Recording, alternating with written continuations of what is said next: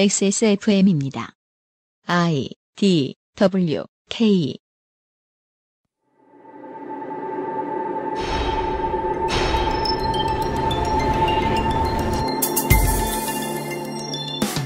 야당이 보여준 필리버스터의 결기를 청취자 여러분의 주변 사람들은 어떻게 보던가요? 멋있다고요? 한심하다고요? 종북이라고요?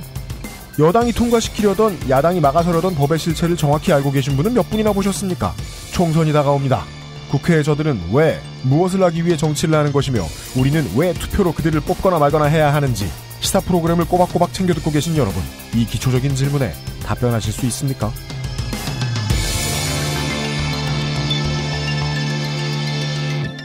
히스테리 사건 파일. 그것은 알기 싫다. 본능적으로 그것은 알기 싫다 땡땡땡 B회를 들으시는 분들은 파블로브의 개처럼 굽니다. 아싸 주말이다. 유면상 씨가 옆에 있습니다. 안녕하세요. 유면상입니다. 어제 얘기를 좀 더 해보면 잠시 후에도 뭐 제가 얘기를 하겠습니다만은 필리버스터가 원래 지지하지 않는 사람들에게는 우리가 3년 전에 되게 자주 쓰던 말인 51%에게는 얼마나 멋있는 쇼를 해도 소용이 없어요. 네. 그렇지만 49%들에게는 최소한 그 49%들에게는 정치에 대한 염증 혹은 정치에 대해서 바라고 있던 어떤 모습 이런 것들을 유감없이 멋지게 보여준 훌륭한 쇼가 됐어요. 네. 정치인은 저런 데 쓰는 새끼구나. 저런 데 쓰라고 내가 표를 줘서 혹은 그 표가 환산돼가지고 이 사람들의 월급, 보좌관 이런 것으로 바뀌어서 저런저런 행동을 해주는구나. 네. 나는 귀찮고 바빠서 여기 가만히 있어야 되는데 제가 내 대신 해주는구나. 그걸 너무너무 관심 있는 사람도 국회 TV를 틀어서 못 봅니다.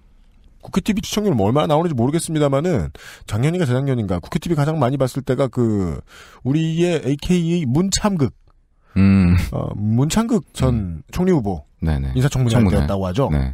그래봐야 얼마 안 봤대요. 그렇겠죠. 예. 기껏해야 뭐 인기 없는 구단들끼리 야구하는 거 아침에 보여주는 메이저리그 경기 중에 그거보다도 안 볼 것 같은데요. 인기 없는 경기 뭐 세리아 A 이런 정도 수준. 예. 많이 안 봐요. 소수는 열광하는데. 안 봅니다. 네. 이 필리버스터의 모습은 생각보다 많은 분들이 쳐다보고 계세요. 하루 종일 국회의원의 이름이 선거운동을 하고 있는 중도 아닌데 검색어 순위에 오르는 일은 흔치 않아요. 그건 최근에 나빴던 일이지만은 성완종 리스트 공개 직후 같은 흉한 상황이 아닌 이상 이런 일은 없었어요. 네. 정당한 정치 도구를 들고 정치인들이 휘두를 때 그거 휘둘렀다고 사람들이 관심 가져주는 일 저는 태어나서 거의 처음 본 수준입니다. 저도 그런 것 같아요. 관련돼서 이런 진행 길게 하고 있습니다만은 저는 이제 어제 아침에 나오자마자 김상조 엔지니어가 팩트 TV를 틀어놓고 팩트 TV가 계속 중계해주고 팩트 TV가 이제 ESPN이 되려 그래요. 팩트 TV가 지금 창사일의 최고의 호황을 누리고 있는 것 같던데. 해당 국회의원 현재 몇 시간 몇 분. 그러니까, 마라톤 중계를 하기 시작했어요. 이왕이면 해설도 붙이고 그럼 좋았을 텐데. 몬주익을 돌고 있다. 이러면서. 네. 어제 아침 8시 47분경에 은수미 의원이 정확히 이렇게 말해요. 한편 현재 체계를 유지하되 감시원과 같은 형태로 직무에 관여하는 독립된 지위를 가진다는 규정을 부과함으로써 천천히 해요? 행정부 소속이지만 독립적으로 업무를 수행하는 독립기관으로서의 아니 근데 진짜 비슷하게 하시네. 재능 있어. 이거 이현아가 제일 똑같아. 아 그래요? 언제 한번 다시 불러와봐. 우리 가위바위보에서 이렇게 이렇게 하고 내기 이런 거 해가지고 이현아가 지면 은수미 형네 되게 비슷하다. 시키든지 해야지. 하여간 이게 너무 제가 사실 보람될 게 뭐가 있다. 내가 뭘 해줬다고 그 사람들한테. 근데 너무 신나고 또 신나는 거예요. 님께서 신나셨어요? 네, 신나죠. 정치인은 저런 거에서 저렇게 재밌구나. 냉소적인 인간이. 그러니까 정치가 예능일 때는요. 야당이 분당 사태 나고 여당이 진박드립 치고 그럴 때가 예능이 아니에요. 실제로 그렇습니다. 정치인들이 해야 하는 일을 하고 있을 때 그 모습을 보는 게 예능. 근데 예능과 다른 점이 있다면은요. 우리의 삶을 실제로 조금 바꿔주죠. 네. 물론 예능도 우리의 삶을 바꿔줍니다. 그냥 그렇습니다. 웃음으로써 네. 혹은 무한도전같이 피가 되고 살이 되는 콘텐츠를 많이 만드는 경우? 근데 이런 쇼를 말이죠. 지금 네. 뭐 한 40년 만에 그러니까 빌리버스터 아니 근데 깨지고 저 신나는 건 알겠는데 네. 왜 우리를 이걸 자꾸 쇼라고 칭합니까? 이건 쇼죠. 아니 우리는 쇼인데 네. 그 필리버스터 하는 그거 있잖아요. 그것도 쇼죠. 네. 쇼. 그러니까 그건 우리가 토론해봐야 되는 문제. 네. 그 공직자들이 선출에 의해 뽑히는 선출직 공직자들은 쇼를 해야죠. 아, 그건 물론입니다. 물론인데. 제가 잠시 후에도 얘기할 거예요. 이따가 네. 이분 나오시면은 분명히 이 이름이 한번 제 입에서 튀어나올 거예요. 이재명류. 네. 이재명 그 알실의 애증의 이름이죠. 나쁠 때도 이재명, 좋을 때도 이재명이에요, 저희는. 그래요. 나쁘면 나빠서 이재명, 좋으면 좋아서 이재명. 그러니까 영원히 고통받는 이재명. 예. 뭐 이재명 혹은, 네. 이재명, 이런. 일을 잘할 거면 이재명 시장처럼 쇼도 잘하라. 라는 말을 저는 너무 많이 하고 싶어요, 정치인들에게. 그래요. 네. 아니, 기본소득 같은 놀라운 걸 도입해놓고서 한국에 도입하기 어려운. 네. 이재명만큼 쇼를 못했으면 어떡해요. 그러면 시민들에게 좋은 일 해주고 돈만 날리는 게 될 수도 있어요. 다음번에 재선이 안 돼. 유정복 같은 사람이 들어와가지고 사실은 저거 내가 진 빚 아님, 다른 사람이 진 거임. 이렇게 해버리면 다시 유정복이 들어올 수 있다고. 그렇죠. 그러니까 좋은 정책 이후에는 홍보를 잘해야죠. 맞습니다. 네. 그건 굉장히 중요한 포인트예요, 정치인한테. 저희들은 정치인의 입장보다도요, 시사 프로그램의 입장에서 네. 가장 질문하기도 귀찮고 답변하기도 겸연쩍은 마치 1회 방송에서나 할 법한 내용을 오늘 다룰 겁니다. 총선이 다가옵니다. 네. 누구더러 야 투표 좀 해라 라는 말을 가장 효율적으로 전달하려면 어떻게 해야 할까? 그러게요. 그거 쉽지 않은 문제죠. 물론 다 따져보고 투표를 안 하는 것도 투표입니다. 네. 맞습니다. 무조건 망하게 되어 있음이라는 확신이 드신다. 그러면 그의 위대한 한 표는 빵표인 게 맞습니다. 근데 그 정도 수준이 아니고 그냥 누구를 찍으면 이 사람의 인생이 좀 나아질 것도 같아. 네. 1번을 찍으면 이 사람의 땅값이 좀 오를 것도 같아. 네. 3번을 찍으면 뭐 이 사람의 노동권이 좀 보장될 것도 같아. 몇 번을 찍으면 달라질 것 같아. 이런 사람이 있을 때 그 사람들로 투표를 하라고 말하고 싶은데 그 사람은 영 투표를 안 하는 사람이에요. 네. 그와 대화를 어떻게 틀까요? 그러게요. 그 아이실이 늘 하던 질문입니다. 근데 총선이 다가오니까 바쁜 마음에 한꺼번에 다 싸그리 몽뚱그려가지고 네. 투표 안 하겠다는 사람과 대화하는 법에 대해서 이야기를 한번 나눠볼까 합니다. 그런데 현역 정치인은 바빠서 안 돼요. 이 얘기 못해요. 바빠서 안 되고요. 그리고 자기한테 투표하라고 자꾸 그래서 안 돼요. 네. 투표를 왜 해야 되느냐? 내가 재선이 돼야 되니까. 김용남 의원이었나요? 은수 의원한테 그렇게 얘기했죠? 그런 식으로 하면 공천 못 받아요. 네. 요렇게 멘트 하셨습니다. 그러니까 그런 말 잘할 것 같은 사람이에요. 이런 네, 말 네. 잘할 것 같은. 네. 알마! 그런 말을 왜 해? 그런 말 하면 공천 못 받아요! 네. 바로 무한 타셨죠? 공천 받으려고 이러는 게 아니다. 근데 이거, 봤어요? 정청래 의원 왜요? 정청래 의원이. 네. 이런 식으로 하면 공천 못 받아요. 그런데, 어디선가 들려오는 거예요. 정청래 의원의 목소리가. 네. 김용남 의원의 발언을 용납 못 합니다. 그 와중에. 나 진짜 웃 터졌어. 왜 새누리당 의원들이 지금 필리버스터 도중에 네. 순번 돌아서 한 사람씩 앉아있잖아요. 김용남 의원이 자리에 착석하는 순간 정청래 의원은 계속 낮은 포 보고 준비하고 있었던 거예요. 한마디만 해봐라. 내가 바로 김용남 의원 영남 못해 그러면서 계속 혼자 낄낄 웃고 아이고. 네. 진짜 재밌는 예능입니다. 하지만 그것이 재미있고 예능이고 우리의 삶을 바꿀 수도 있다는 것을 무슨 수로 설명할까? 실제로는 그렇지 않지 않나? 이런 포괄적인 질문들 오늘 던져볼 겁니다. 광고 듣고 와서요. 그것은 알기 싫다는 에브리온 TV 다 따져봐도 결론은 아로니아진. 용산의 명소 컴스테이션 프리미엄 세이프 푸드 아임닭 당신의 아이를 위한 아름다운 진심 스튜디오 숲 퓨어체크 오리지널 비어앤홉스 코스메틱에서 도와주고 있습니다.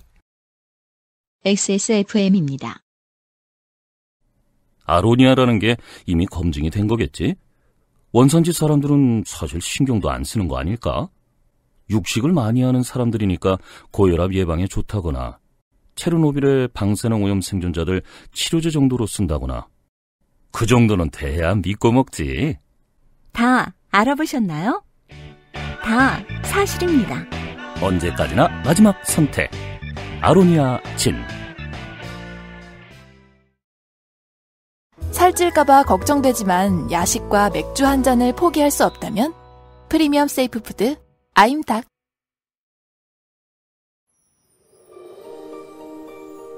낭만의 도시 프라하에서 온 특별한 화장품 목욕용품 퓨어체크. 마뉴팍투라의 수출용 제품을 합리적인 가격으로 국내에서도 만날 수 있습니다. 인터넷 검색창에 퓨어체크 또는 마뉴팍투라로 검색하세요.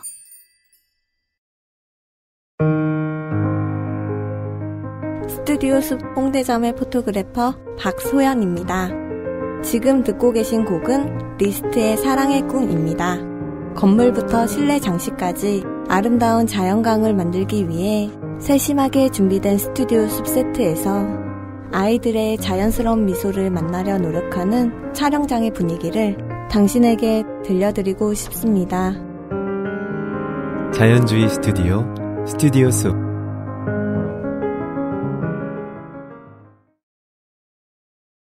저희들은 다시 과거로 돌아와 좀 전에 인사를 드리기 3시간쯤 전입니다. 지금 현재는 요실금 속옷을 든든히 착용하고 계신 정의당의 박원석 의원이 필리버스터를 진행하고 있는 중입니다. 그러나 지금 많은 분들이 팩트TV를 껐어요. 은수미 의원 내려가고. 아, 정말요? 예.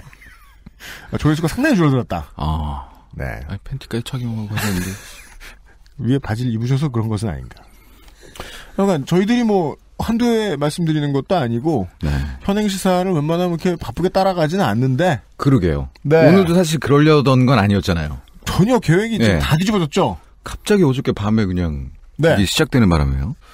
더불어민주당 아니라 심지어 진보 네트워크 참여연대에서 지적해 주셨지만 이 필리버스터가 없었으면, 이 쇼가 없었으면 앞에 말씀드린 거 또 말씀드려 죄송스럽습니다. 정치라는 쇼는 확실히 쇼를 사랑하는 기획자가 필요합니다. 매우. 덕분에 저희가 여러분을 본의 아니게 하루 일찍 이번 주에는 찾아뵙게 되었다는 것을 다시 한번 알려드리면서 원래 준비했던 방송대로 갈 겁니다. 그렇습니다. 네. 이번 회에 특히나 제목을 보신 분들도 아시겠지만 이 얘기를 굳이 뭐하라고 앉았냐. 시사 프로그램의 첫 회면 모를까. 아니면은 정당의 아젠다 설파하는 그냥 1, 2분짜리 동영상이면 모를까. 왜 투표를 거들먹거리고 그러냐. 근데 저희들은 이미 지금 아시다시피 저희의 오리지널 콘텐츠죠. 예, 곧 선거방송을 앞두고 있기도 하고 다른 어떤 때보다도 사표 심리가 심한 시즌입니다. 그렇습니다. 네. 이 필리버스터 나오는 것을 보시고도 상당히 많은 분들이 그래도 어차피 진다. 최근에 이런 얘기도 들었어요.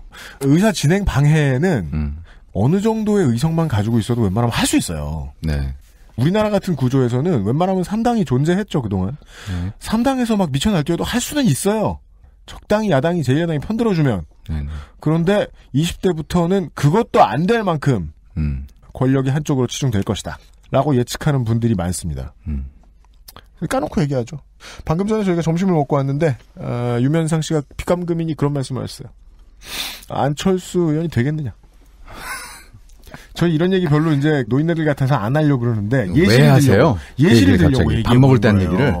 노원병에 네. 안철수 의원이 이길 수 있겠느냐. 아니다. 이준석 소장이 될 것이다. 예. 그 양반도 소장이에요? 또 소가 있나 봐요. 또 어디 네. 향소 부곡인지는 모르겠지만 그러면 나는 그냥 민주당 그분 누구시죠? 이동학 씨? 네. 이동학 예비 후보 말고 안철수를 찍어야겠다. 만약 나라면 그렇죠. 왜? 질까봐. 1번이 될까봐. 그러니까 내가 너무 그러니까 나의 최악이 될까봐. 라고 표현해야죠. 네. 네네. 근데 그 표심이 작동한다는 거는요. 네네. 뒤집어서 얘기해보면 거기까지도 인정 못하시겠는 분들은 투표 안 하러 가실 수 있다는 거예요. 그렇죠. 20대 총선에 매우 중요한, 이제 저희들이 총선 방송 들어가면 이런 정도까지 얘기는 못 합니다. 사견이니까. 20대 총선에 매우 중요한 코드입니다. 정치에 관심을 가지고 있는 사람이 투표를 하지 않는 비율이 매우 높을 것이다. 지난번 730 재보선이 그것을 이야기해줬습니다. 광주 서구에서 권은희 의원이 몰표를 받았지만 실제로는 20%도 안 되는 투표율을 광주가 보여주면서 네네. 이따위로 공천할 거면 이런 식으로 잡음 생기게 만들 거면 투표 안 하겠다 라는 의사를 사람들이 밝힌다는 거예요. 그게 무서운 점은 정치에 관심이 있는 사람들이 투표를 안 하겠다. 그게 더 무섭네요.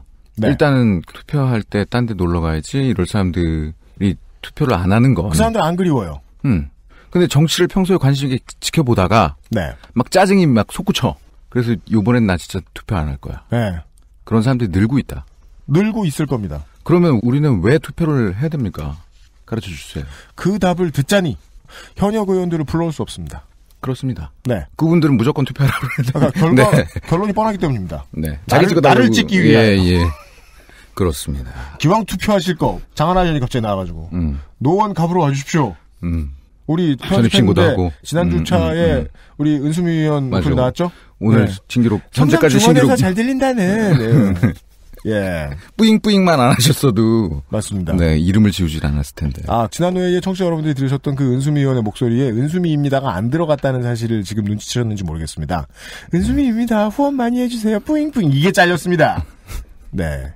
여간에 현역 정치인을 불러올 순 없었습니다.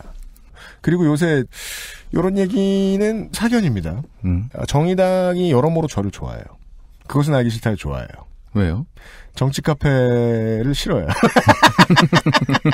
좋아하는 것 같진 않아요. 정치 카페에 정의당 근거 없는 얘기 하지 마세요. 아니야. 정의당의 정치인들이 정치 카페에서 길을 못 펴요. 진짜예요. 위험한 얘기네요. 정의당 본사랜다. 네, 정의당 중앙당에서 놀랐어요. 서기호 의원님이 이렇게 재밌는 사람이었구나. 정치 카페 가서 한낮 장치 노는말 하고 오시다가. 거기만 가시면은. 네. 무슨 재미가 사라지고. 네. 정의당 소속 정치인의 예능감을 제대로 보여주는 데에는. 네. 이상하게도 그 알실만한 곳이 없다.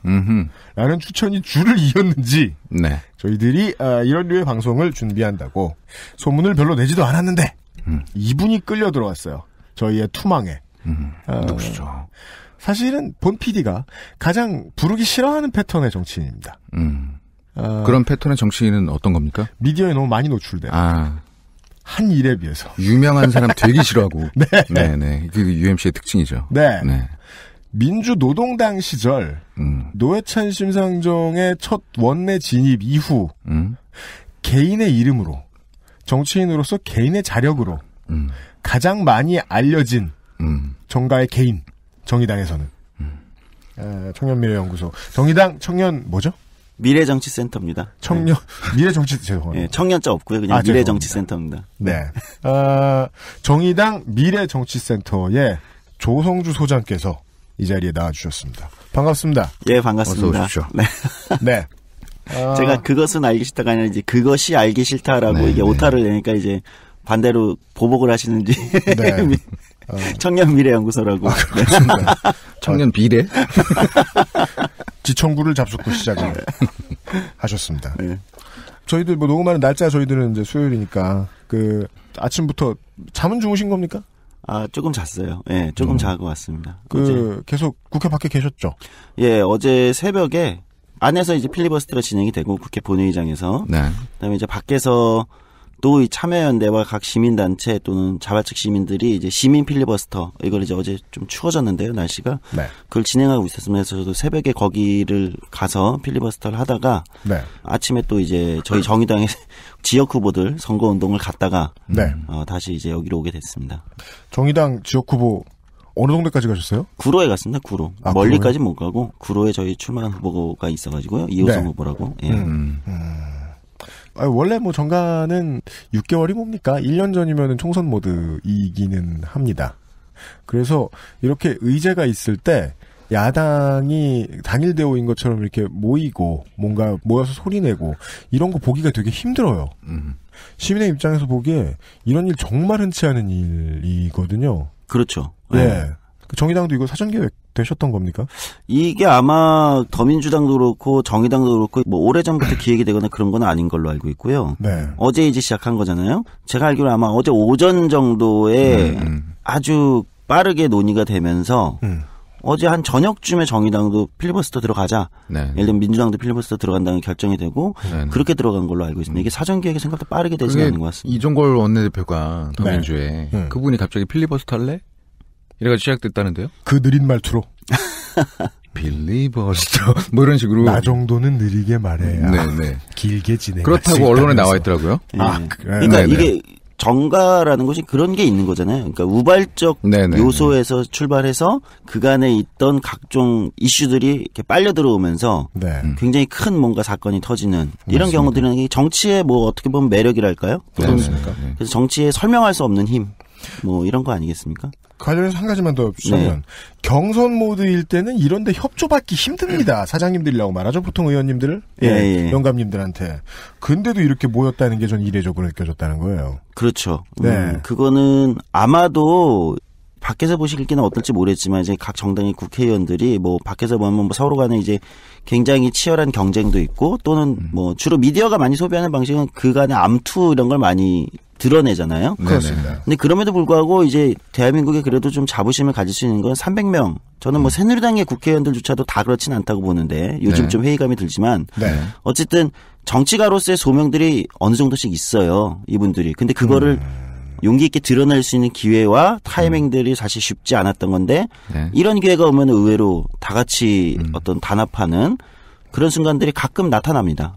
굉장히 이례적이기도 하지만 때로는 정치에서 충분히 일어날 수 있는 일이다. 이렇게 봅니다. 저희들 지금 녹음하고 있는 도중에 의사 발언을 해주고 계신 박원석 의원도 지금 뭐 서울도 아니고 용인. 그렇죠. 수원. 수원. 아, 수원. 예, 수원이시잖아요. 끝나고 또 날아가실 텐데. 그렇죠. 근데 아마도 앞에 지금 보니까 은수미 의원님이 10시간 10분 정도로 하신 것 같아요. 이게 지금 무슨 올림픽 같아요. 네. 초단위로 알고 있어야 될 것 같아. 오늘 10시간 18분이죠. 지금 18분입니까? 한국 기록 잡았죠. 한국 기록이 현재까지. 한국 기록을 잡았어요. 그러니까 이제 첫 타자로 나오셨던 어젯밤에 시작한 이제 더민주당의 김강진 의원이 이제 5시간 20분인가 하시면서 이제 보인이 대신 전 김대중 대통령의 기록을 깼고 그다음에 이제 잠깐 한 2시간 정도 국민의당의 문병호 의원님께서 하셨고 은수미 의원님이 이제 10시간 20분을 하셔서 한국 신기록, 이게 신기록 뭐 이렇게처럼 얘기하는 건 좀 그렇긴 한데요. 어쨌든 굉장히 감동적인 연설로 마지막을 매짐하시면서 이제 끝냈어요. 근데 이제 이게 저는 8시간을 넘어가면서부터 제가 이제 걱정하기 시작했던 건 저 은수미 의원님의 이제 체력, 제가 이제 사적인 인연이 있는 분이라서 체력이나 건강도 걱정을 했지만 제가 더 걱정했던 건 이제 뒤에 타자로 남아있는 박원석 의원이었습니다. 지금 하고 계실 텐데요. 네, 그렇죠. 왜냐면 이제 앞에서 10시간 20분을 하고 나서 뒤에 사람이 느끼는 부담감이 어마어마할 거거든요. 그러니까요. 이게 5시간만 하고 내려가기에는 너무 적고 10시간을 넘겨야 될 텐데 이게 가지는 이제 부담감이 굉장히 클 거고 그래서 뭐 아마 비정의 무기를 또 착용하시고 들어간 걸로 그렇게 알고 있습니다. 그러니까 제가 이 건을 이제 쇼로서 높이 평가했고 계속 주목을 하고 있는 이유가 이제 전회에 다른 출연하신 분들하고 이야기를 나누었는데 정치부 기자들도 이런 쇼는 흥행이 될 것 같으니까 웬만하면 야당은 중앙당에서 싸우는 모습만 보여주고 혹은 뭐 이번에 합의된 지역구 얘기만 간단하게 해주고 정가를 스케치할 때 웬만하면 야당 입맛에 맞게 안 해준단 말입니다. 잔소리 듣는 것도 힘들고 윗선에서 뭐라고 하니까.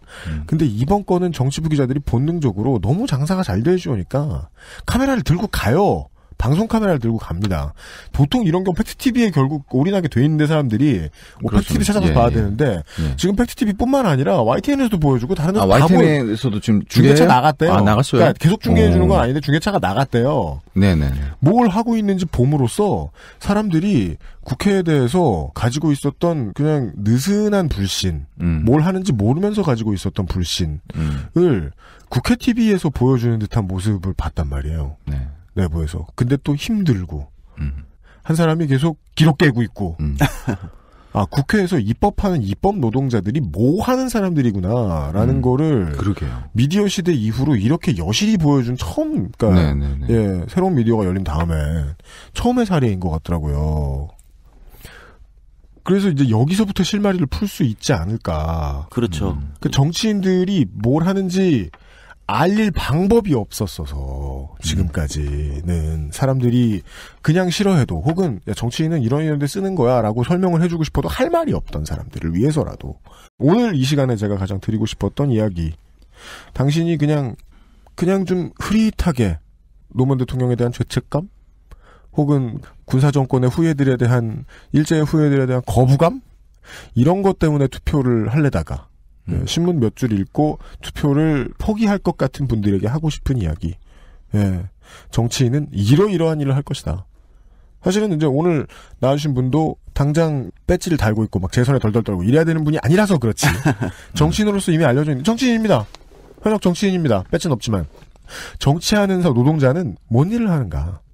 예. 네. 그 얘기를 좀 듣고 싶은 거죠. 예. 네.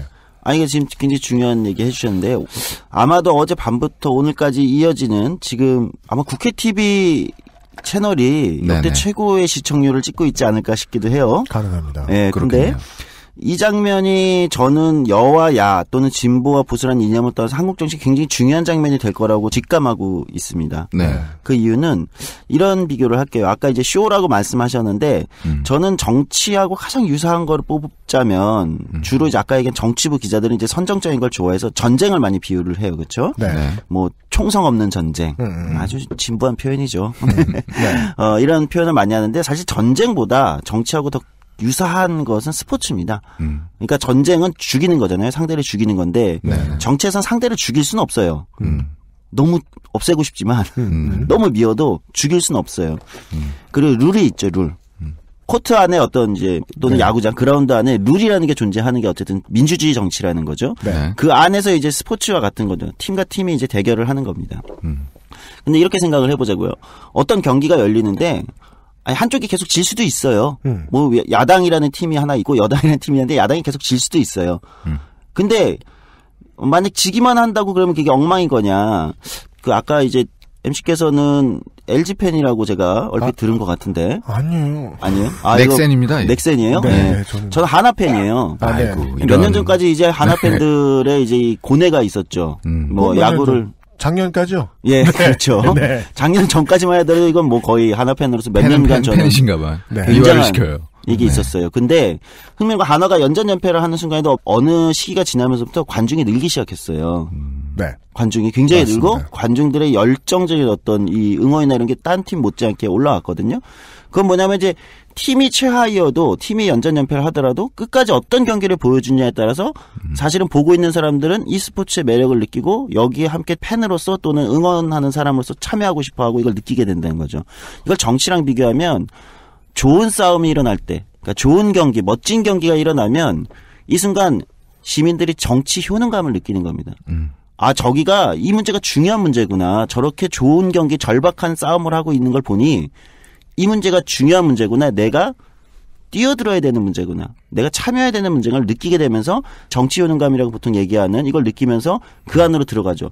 근데 저는 오늘하고 어제 일어났던 요일이 아마 많은 시민들에게 이건 야권만을 떠나서 야당 지지자들만이 아니라 전체 시민들에게 정치가 굉장히 중요한 문제를 다루고 있구나. 저기서 10시간을 한 사람이 저렇게 절박한 이야기를 하면서 연이어서 필리버스터를 하는 걸 보면서 저 문제는 중요한 문제구나. 저것이 국회 본회의장이 국회의원들이 가끔 그 언론 카메라가 잡아내는 뭐 핸드폰으로 이상한 것 보고 뭐 예를 들면 뭐 졸고 있고 이런 게 아니라 저기가 저렇게 중요한 문제를 다루는 곳인구나를 느낄 수 있는 장면이 아닐까. 저는 그렇게 생각하고 있습니다. 정치의 효능감이라 하시면 표를 투자한 보람에 대한 그렇죠. 이야기. 네.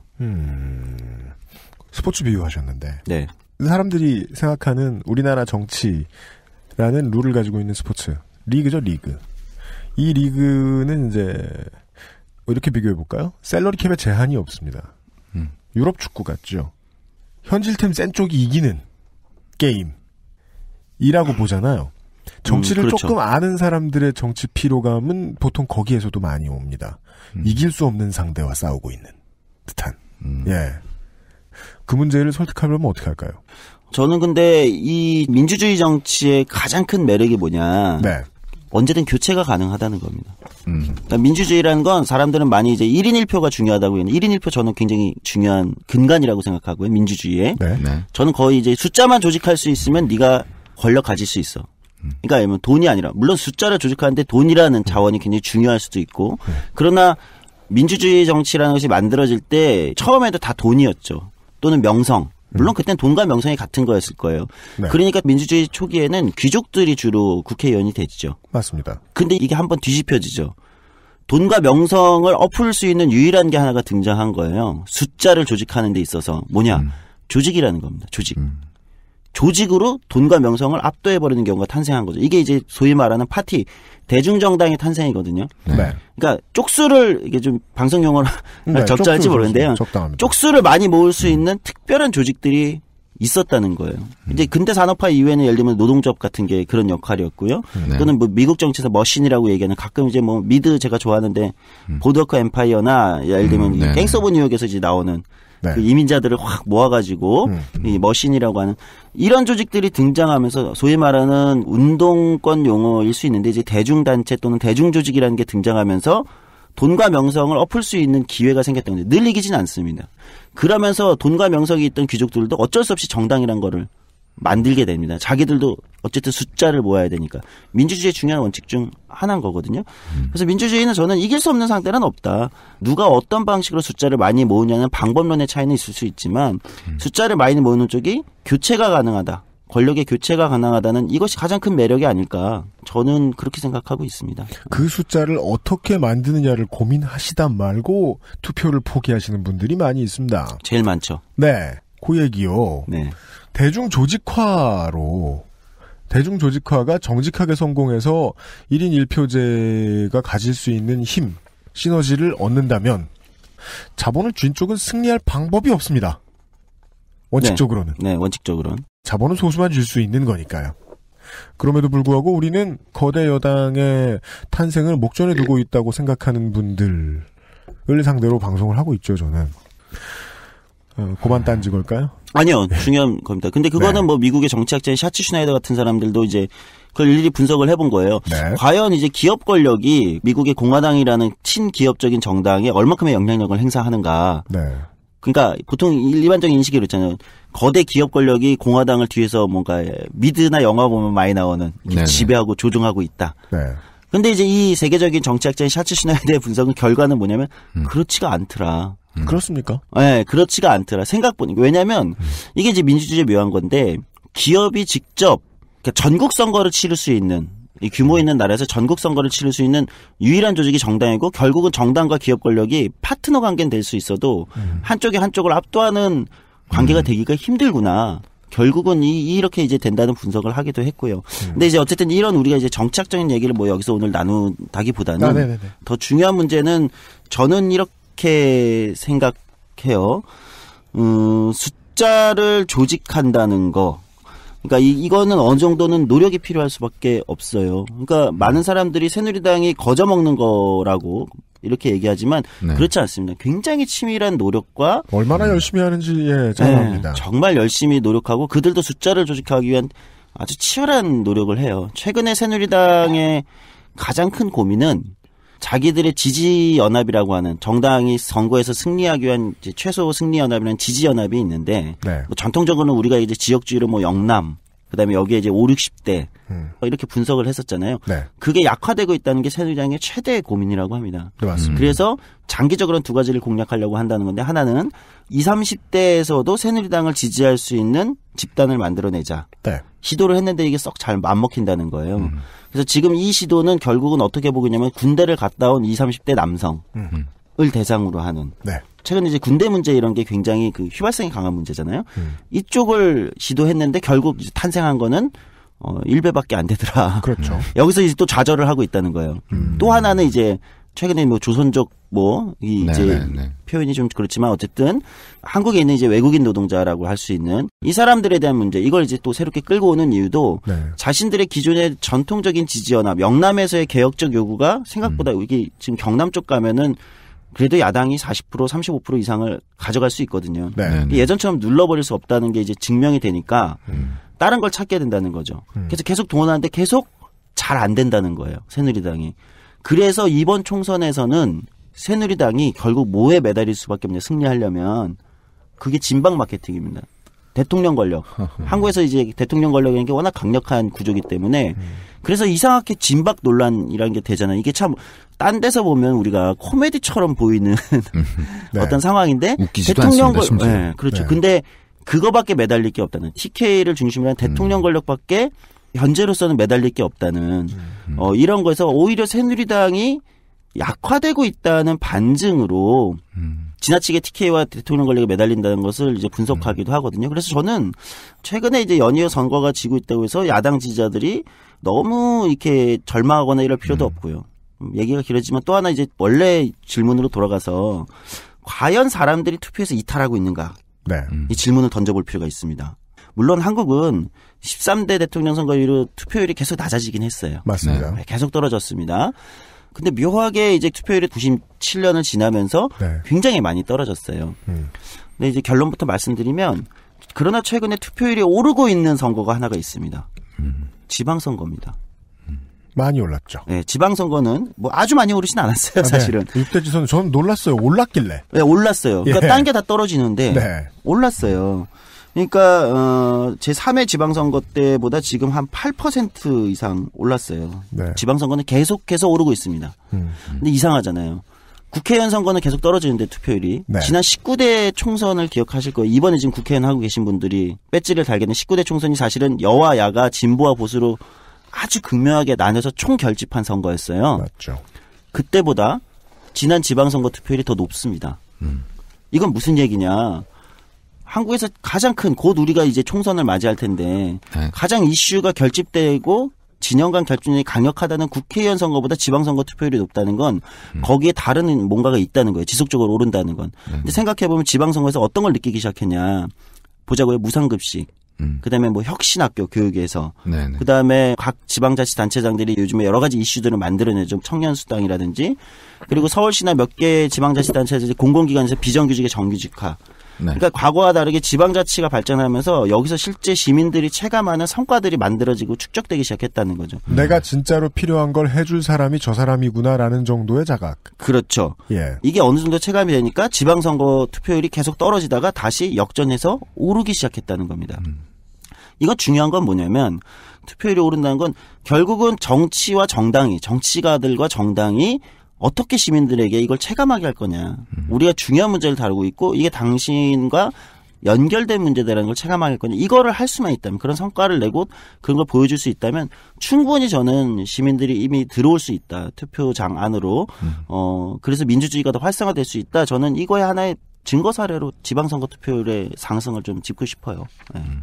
국민이 위대하다는 사실은 지당하기 때문에 모든 원칙을 국민이 알고 있다라는 전제도 지당하다라고 놓고 보면 여당은 그래서 이런 멋진 플래카드를 늘 내겁니다. 우리가 뭐를 했습니다. 우리가 저걸 했습니다. 우리한테 표를 주시면 뭐를 해드릴게요. 그것이 틀니 임플란트든 실제는 뭐 저 김두관 전 지사가 처음 한 겁니다만 그게 헛공약이든 지키는 공약이든 난립니다. 어제 이제 사실은 이제 우리 미리 이 방송을 준비하느라 조성주 소장을 저희가 이제 어제 한번 만나긴 만났는데 제가 그런 얘기 살짝 했어요. 조성주 소장님과 제가 이제 공통점이 하나 있습니다. 아직 학자금을 다 못 갚았습니다. 조성주 소장님이 8%. 네, 8%. 아직도 8%. 그렇죠. 그때 이자니까 뭐 그게 중간에 탕감해주거나 그렇지 않으니까요. 전 까였어요. 어떻게 까였어요? 전 0%입니다. 어떻게 가능하죠? 그게? 어느 순간부터 바꿔준다고 공문이 날라왔어요. 갈아타게 해주는 거군요. 예. 대출을. 네. 한동안 그냥 죽일래면 죽여라 이러고 안 갚았더니 0%로 지금 학자금 대출이 있어요? 네, 있어요. 돈 벌어서 뭐예요? 그거 갚어. 누가 들으면 나 돈 되게 많은 줄 알겠네. 자. 아니 이건 일부러 안 갚는 거죠? 그렇죠. 네. 말하면 안 돼. 네. 빅 처리하겠습니다. 공약했고 안 지켜진 걸 지금 보수 정당이 집권하고 있으니까 얘기해주고 싶지만 공약하고 지켜진 것들이 눈에 보이는 게 있단 말이에요. 네. 중앙정부가 바뀌어서 혹은 국회가 바뀌어서 국회의 최대의 권력이 누구한테 가서 바뀔 수 있는 것들. 예. 그것이 무엇인지 사람들한테 어떻게 설명할까? 그러니까 그게 중요한데 저는 두 가지 문제는 있는 것 같아요. 그러니까 사람들이 실제 바뀌는 게 있는데도 그걸 이제 바뀌었다고 실제 체감하진 잘 못해요. 바뀌는 게 실제 있는데. 그러니까 학자금 대출 제가 처음 받았을 때 이자가 8%였어요. 그러니까 요즘에 강연 같은 거 다니면서 제가 학자금 대출 받을 때 이자가 8%였습니다 하면은 사람들이 깜짝 놀래요. 아니 무슨 리드코프에서 받으셨어요? 뭐 사나머니에서 받으셨어요? 아 이렇게 물어봐요. 노래를 부르며. 네. 믿기지 않죠. 8%란 이자가 학자금 대출이 심지어. 네. 근데 이제 그때는 은행들한테서 직접 받는 학자금 대출인 거죠. 사실상 정부는 이제 중개 역할만 했던 거고. 네네. 제가 이제 제 운동 또는 정치의 첫 시작을 학자금 대출 이자를 탕감한 이자를 깎는 8% 이자를 저도 받았으니까. 네. 내 학기를 받았는데 그거를 이제 한 4% 또는 2%로 깎는 거를 해보자 정치적으로. 네. 이게 제 정치의 시작입니다. 제가 처음 국회에서 해봤던 일이에요. 도저히 이자 못 내겠다. 그러니까 이자라도 깎아보자. 아 원금은 그러니까 한 4% 정도면 그렇죠. 내가 2% 4%면 내겠네. 네. 아 원금은 그 분노에서 시작하셨던 그렇죠. 거죠. 원금은 네. 갚아야지. 저는 좀 그런 건 있어요. 원금은 갚아야지 이런 건 있는데. 은행에 가서 쇼 붙이지 말고 네. 국회에 가서 나라에다 얘기해보자. 그렇죠. 근데 그게 충분히 가능하겠더라고요. 해외 사례나 이런 걸 보니까 네. 그런 경우가 너무 많아요. 학자금 대출에 이자를 그렇게 붙이는 나라는 그 당시에 없었던 거예요. 대부분 무이자. 그러니까 거기서 발생하는 손실은 정부가 채워주는 거예요. 은행에. 네네. 근데 당시에 뭐가 있었냐면 은행들이 사실 학자금 대출 되게 다루기 싫어했어요. 원치 않죠. 네, 왜냐하면 은행 입장에서는 이게 소액 대출이에요. 네. 돈도 안 은행 되고. 입장에서 소액 대출이고 네. 관리 비용은 많이 들어가죠. 맞습니다. 일일이. 네. 또 잘 안 갚는다 이거죠. 너무 미래에 불투명한, 그렇죠. 불안정한. 그러다 보니까 이제 이 제도의 문제점들을 이제 구조적으로 얘기하면서 이제 이걸 정부가 보증하는 방식으로 하고 충분히 무이자 또는 이런 게 가능하다 이런 걸로 시작을 했던 거죠. 근데 그 과정을 거치면서 어쨌든 지금은 무이자가 됐어요. 이거는 당시 여당과 야당 모두의 노력이기도 하거든요. 정치권에서 그렇습니까? 지킨 거예요. 무이자 그리고 이제 장학금도 굉장히 많이 어느 정도 확대가 됐고 여전히 이제 문제는 있죠. 네. 그런데 이게 체감이 잘 안 되는 이유. 우리는 일상생활에서 정치 세계 안에 들어가 있지 않습니다. 미디어에서만 봐요.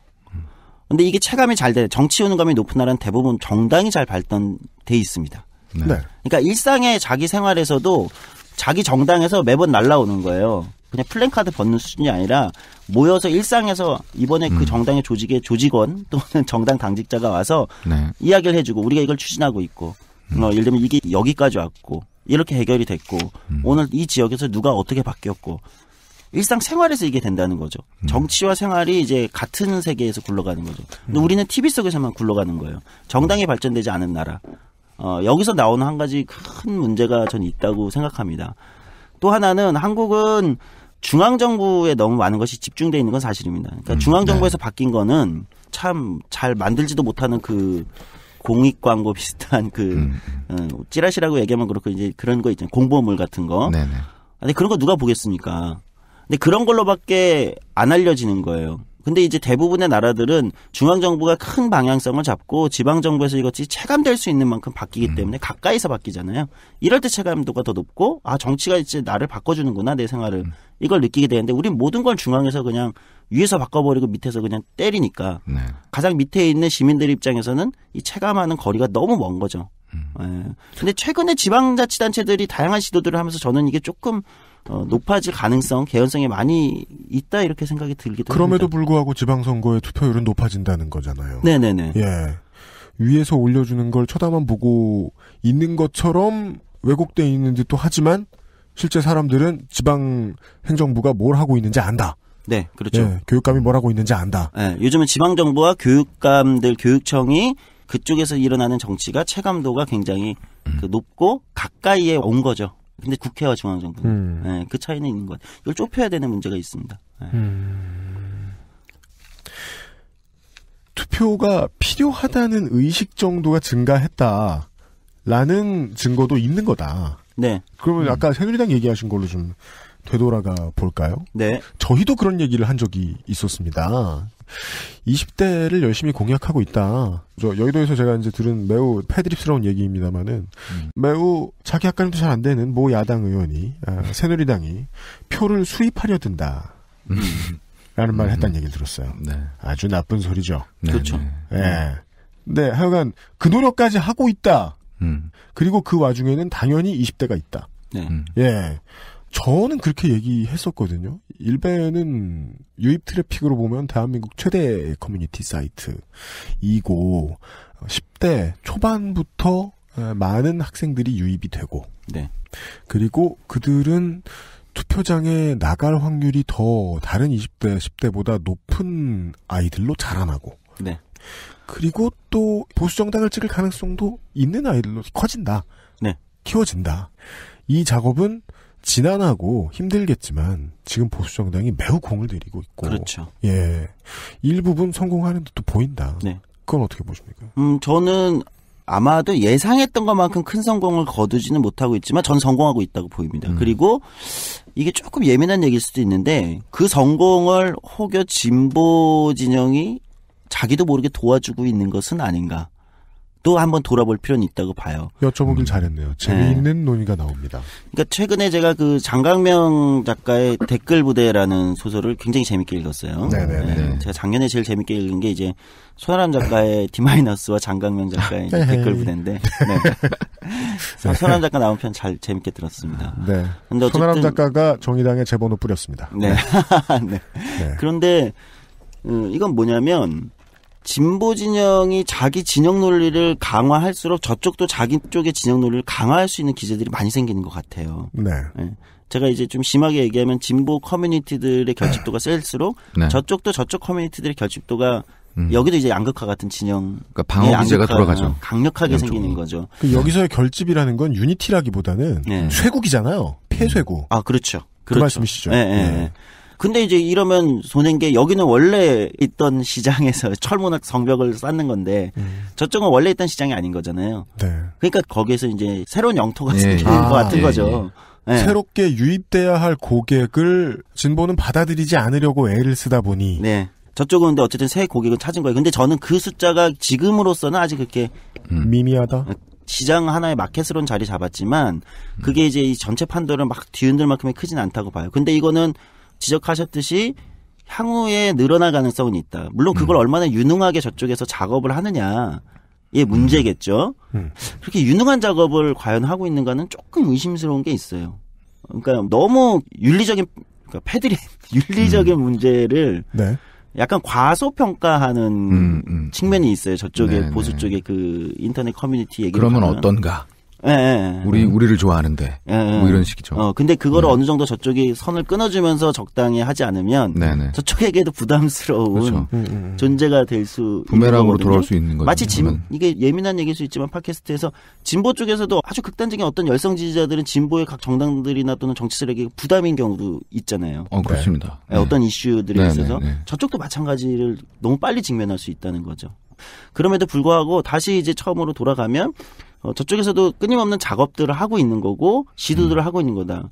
그럼 이제 진보도 저는 똑같이 그런 여러 가지 작업들이 필요하다고 봐요. 네, 그런 고민을 좀 적극적으로 할 필요가 있죠. 최근에 여성 문제 같은 거는 저는 진보 쪽에서 굉장히 고민하고 공략 지점, 이게 표현이 좀 그렇지만 공략한다는 표현이면 어쨌든 그런 것들을 감수성들을 정확하게 포착하고 접근할 필요가 있다. 이거 굉장히 중요한 문제가 향후에 점점 되지 않겠나 싶기도 합니다. 네.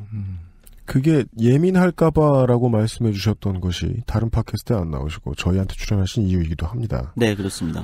근데 저도 그런 생각, 이건 진짜 웬만한 정치 프로그램 같아지네. 저희 이런 얘기 진짜 안 다루거든요. 네, 그럼 어쩌다 이렇게 처음이자 됐죠? 마지막으로 한번 해볼게요. 네. 뭐 지금 나가시라고 쫓아낼 수도 없잖아요. 지금부터 섭외해서 이번 주 방송 못 채웁니다. 사정을 말씀드리면. 청취율 막 떨어지는 거 아닌가요? 아. 부정을 못하겠으니 답도 못하겠고. 아니 어차피 얘기 나온 거 얘기해봐요. 그러니까 네. 그 보수는 그 감수성을 가지고 아젠다에 접근할 줄 알아요. 네. 그러니까 이자스민이 있잖아요. 그렇죠.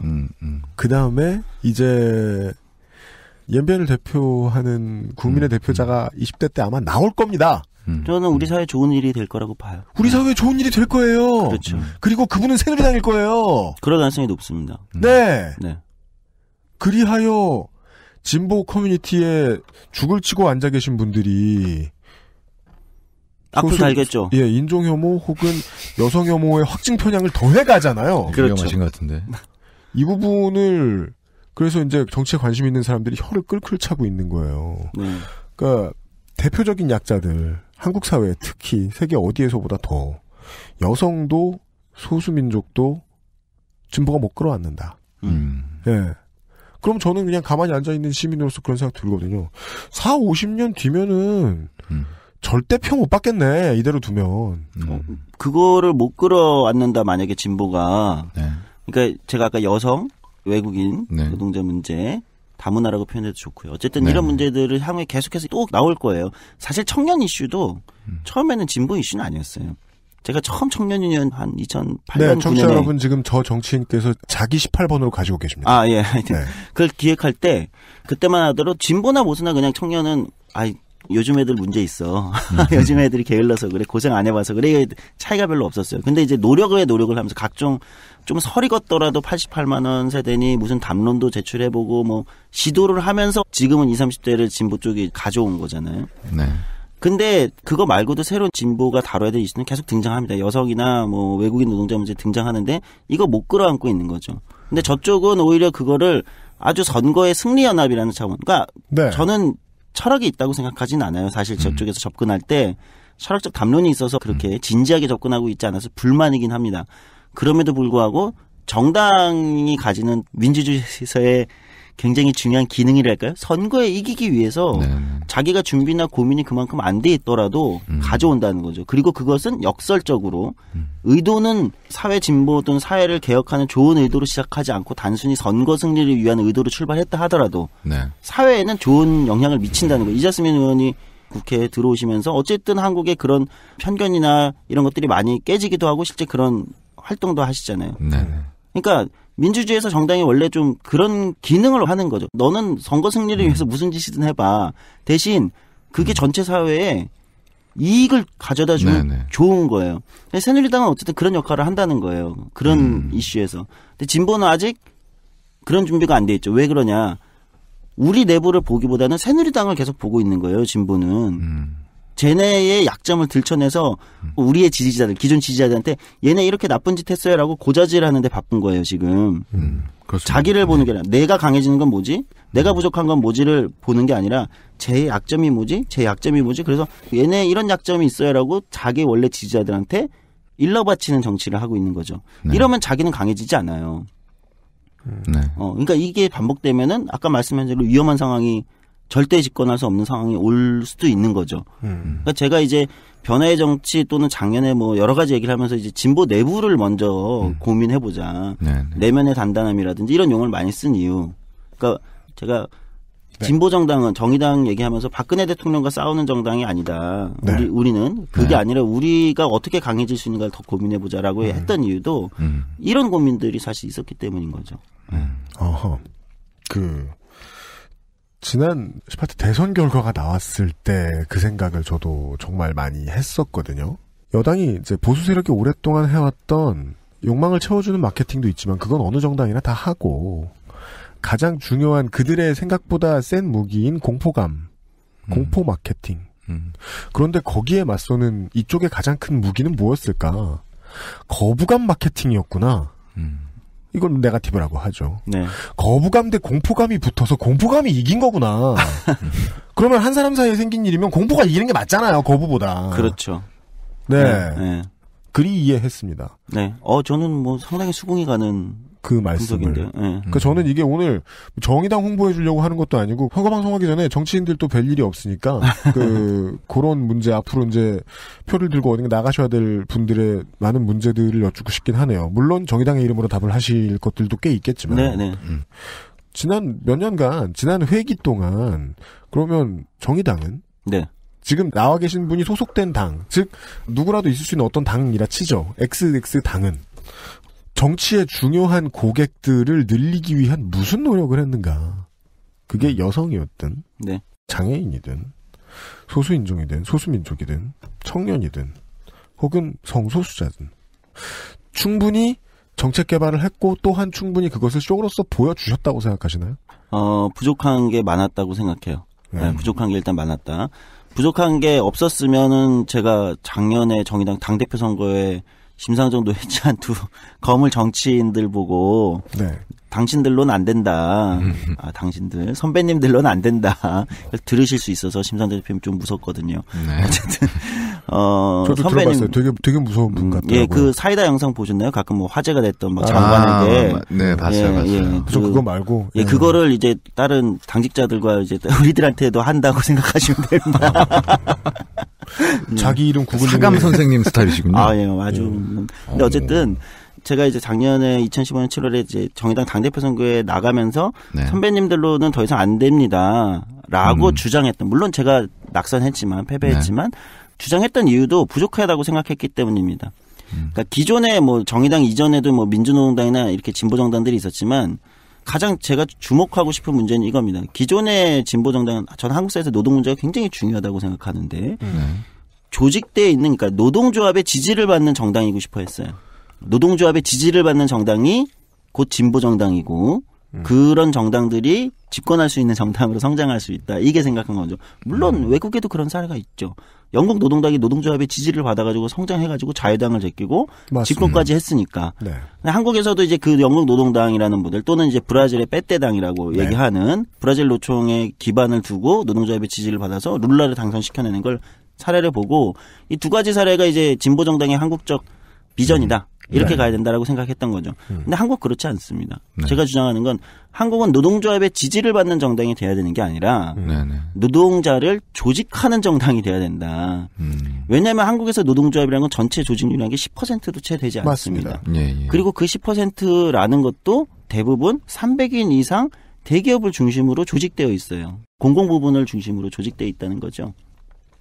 이러다 보니까 그 외에 다수의 노동은 조직되어 있지 않은 거예요. 노동조합으로. 그러니까 노동조합의 지지를 받는 정당이라는 건 한국에서는 10%, 300인 이상 대기업 10%의 지지를 받는 정당이 돼버리는 거죠.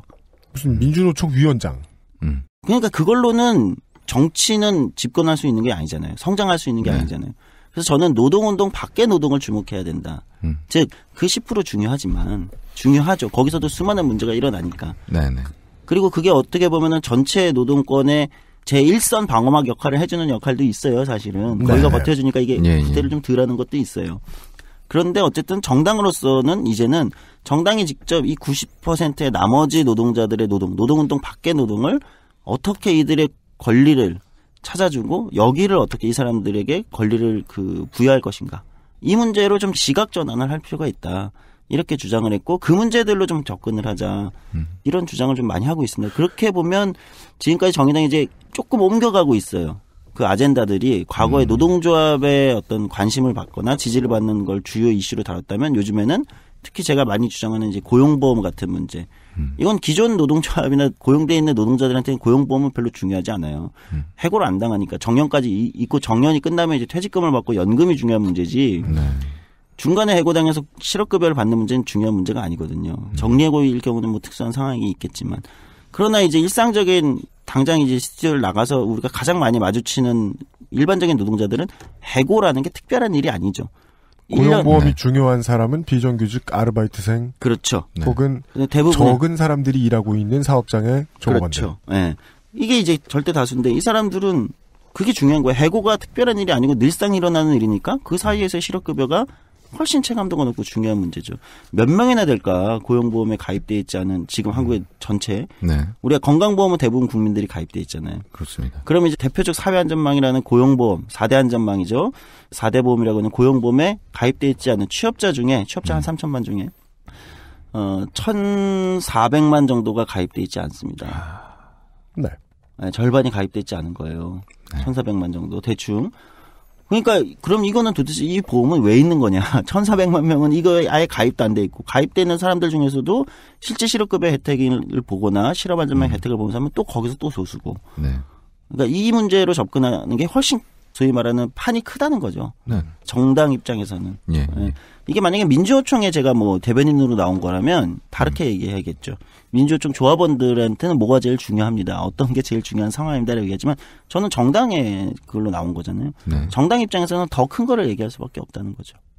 정의당 입장을 이야기해 주셨는데 물론 뭐 그냥 시민 입장에서 보기에는 정의당 아니라 다른 정당들도 이런 생각을 했으면 좋겠는데 지금 해주신 이야기는 워낙에 정의당에 잘 어울리는 이야기라서 하는 수 없이 저도 끌려가서 지금 정의당 이야기를 좀 붙여보긴 해야 되겠습니다.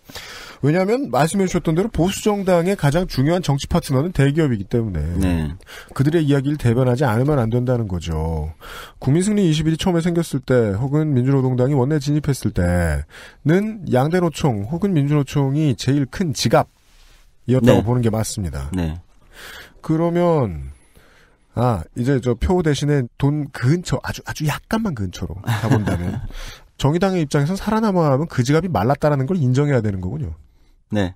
고객을 늘려야 되는데 그렇죠. 가장 넓고 넓은 블루오션은 이 노동자들을 조직해내는 것이다. 노동자가 줄어들 리는 없으니까. 그렇죠. 인구가 줄어들지 않는 이상. 네. 뒤집어서 얘기하면 여적지 너 정의당은 그걸 제대로 못 보고 있었다. 예. 라는 거네요. 그렇죠. 그래서 약간 이상하게도 제가 작년 당대표 선거 때 광장 밖으로 나가자. 그러니까 우리가 예전에 민주화 운동을 할 때는 요새 안에서 튼튼한 요새 이게 뭐 민주화 운동의 요새 같은 거겠죠. 요새를 만들어 독재 세력과 싸웠단 말이에요. 군사 독재와. 그래서 광장을 열어낸 거죠. 민주주의의 광장을 열어낸 겁니다. 요새에서 광장으로 나왔어요. 근데 이제 광장 밖에 사람들이 있다는 거예요. 근데 진보 정당도 이 광장 안에서만 있었던 거죠. 네. 근데 민주주의 밖에 시민들이 있는 거예요. 이 광장 밖에. 그래서 제가 광장 밖으로 나가자 과감하게 시민들을 위해서 광장 밖으로 나가자고 했을 때 이게 특별한 얘기가 사실 아니에요. 이게 이제 정치학 쪽에 최장직 교수님 같은 사람들한테 민주화 이후에 민주주의 이런 얘기예요, 사실은. 네. 그런데 이게 당이나 이제 여러 군데서 호응이 있었던 건 너무나 당연한 얘기인데 사실은 누구도 용기 있게 그거를 제기하기가 힘들었던 얘기이기도 하고 그거를 제기할 수 있는 위치에 있는 사람이 또 많지 않았던 거죠. 어르신들 왜요? 노동계에 오래 헌신해 오신 어르신들한테 혼날까봐요? 집회 나가면 빨간 조끼 입은 사람들한테 혼날까봐요? 그런 게 상당히 컸죠. 저도 많이 혼났는데요. 혼나고 다니시니까? 그렇죠. 그러니까 그게 어렵고요. 또 하나는. 그건 새누리당 기업무서, 일부 의원들이 기업무서하는 거하고 비슷한 거 아닙니까? 그럴 수 있어요. 네. 네, 비슷할 수 있고 또 하나는 이게 의외로 그런데요. 정치라는 것도 사람이 하는 거라서 자기가 살아온 세계, 관성이라는 것을 크게 벗어나기가 쉽지가 않습니다. 사실은. 정치 가도, 조직도 네. 관성에서 벗어나는 건 쉽지가 않아요. 두려운 거예요. 왜 그런 얘기 하지 않습니까? 도스토옙스키가 인간이 가장 두려워하는 것은 반발짝 옆으로 옮기는 거다. 자기가 기존에 살아오던 삶에 무슨 대단한 큰 변화는 오히려 쉬울 수 있어요. 반발짝 옆으로 옮기는 게 제일 어려운 거죠. 네, 아내의 입장에 처하기. 비유가 제가 결혼 안 해봐서 잘 모르겠는데요. 그러시군요. 네. 줄이를 틀면 틀라지 이런. 네. 아내의 입장에 처하기. 반발짝 옆으로 되게... 간다는 것 중에 제일 반발짝 그지 같은 게 아내하고 남편 입장 바꾸기. 아 그런 거요? 전 뭐. 왜냐면 제가 정말 힘들게. 빨래는 쉬워요. 빨래 세탁기가 해주지. 저는 설거지. 예, 와이프 제가 좀 여간에. 저는 고객이라는 단어가 너무너무 중요하게 느껴져서. 예. 냉정하게 봤을 때 이 고객은 늘어날 수 있고 정의당 입장에선 그건 우리의 고객이다. 네. 노동자가 조직이 안 됐고. 그럼 이제 앞으로 원내 정당이 유지되고 혹은 늘어난다. 라고 보죠. 정의당이. 예. 그러면 그 조직을 위해 할 일은 뭡니까? 그 조직화를 위해서. 두 가지가 있을 거예요. 많은 사람들은 조직화라는 표현이 이제 가지는 굉장히 거부감도 있고 또 하나는 딱 먼저 떠오르는 그것도 관성이라는 게 있어요. 그러니까 조직화 하면 이제 어떤 조직이 딱 만들어지고 깃발이 딱 뜨고 뭐 싸움이 일단 딱 시작이 되고 특히 이제 진보 쪽에 계신 분들이 이렇게 머리에 상상하는 게 있어요. 그런 조직도 때로는 필요한데 그것만이 조직은 아니에요. 네. 제가 이제 청년 유니언이라는 걸 처음 만든다고 했을 때 제일 먼저 들었더니 그게 뭔데? 그래서 노동조합이요. 무슨 노동조합이냐? 15세부터 39세까지 청년이면 뭐 직장이나 뭐에 아무것도 관계없이 누구나 가입할 수 있는 노동조합이요. 니네 누구랑 교섭할 건데? 그게 꼭 있어야 되나요? 교섭 상대가 없는데 왜 노동조합이야? 니네가 어떻게 노동조합이야? 이게 질문이 딱 있었어요. 근데 어쨌든 저희는 노동조합 설립 신고를 결국 싸움을 통해서 대법원에서도 받아냈고, 그럼 나름 이제 체불임금이나 다 받아주고, 얼마 전에는 이제 그 친구들이, 이제는 제가 선배가 돼서 떠났지만, 모 호텔에서 해고된 13명의 노동자들을 싸움을 통해서 복직시켰어요. 그러니까 일반적인 노동조합들이 굉장히 잘하는 그런 걸 다 일상적으로 하면서 제도를 또 바꾼단 말이죠. 근데 그러고 나니까 어떤 조직이 만들어졌냐? 민달팽이 유니언이라는 조직이 만들어졌어요. 이 친구들은 뭐냐? 그럼 니네도 노동조합이야? 아니 저희는 노동조합은 아니고 그냥 유니온인데요. 조합인데요? 그냥 유니온인데 니네 뭐 하는데요? 민달팽이. 그러니까 이제 집이 없는 달팽이잖아요. 집이 없는 청년들을 위해서 주거 문제를 어려워하는 청년들을 위해서 우리가 활동하는 단체예요. 이 친구는 민달팽이 협동조합도 만들고 민달팽이 유니온이라고 만들어서 국토부랑 또 싸움을 해가지고 이번에 이제 공공임대주택에 청년들을 이제 들어가기 힘들었던 어떤 기준들을 다 철폐시켜내고 들어가게 만들었어요. 근데 관성으로 이제 생각하시는 좀 분들한테는 바깥에서 보시는 분들은 니네가 도대체 뭐야? 니네 조직은 도대체 정체가 뭐야? 아까 말씀하셨던 교섭은 누구랑 하니? 그렇죠. 교섭을 안 하는데 왜? 이런 거예요. 그러니까 제가 다시 돌아오면 이 아까 90%의 광장 밖의 사람들한테 필요한 조직은 10%한테 필요한 조직은 아까 그런 조직들, 전통적인 조직들 여전히 중요하고 필요합니다. 더 강화돼야 돼요. 그러나 이 밖에 있는 사람들한테는 꼭 그런 조직이 필요한 건 아니에요. 다른 형태의 조직들도 충분히 가능하다.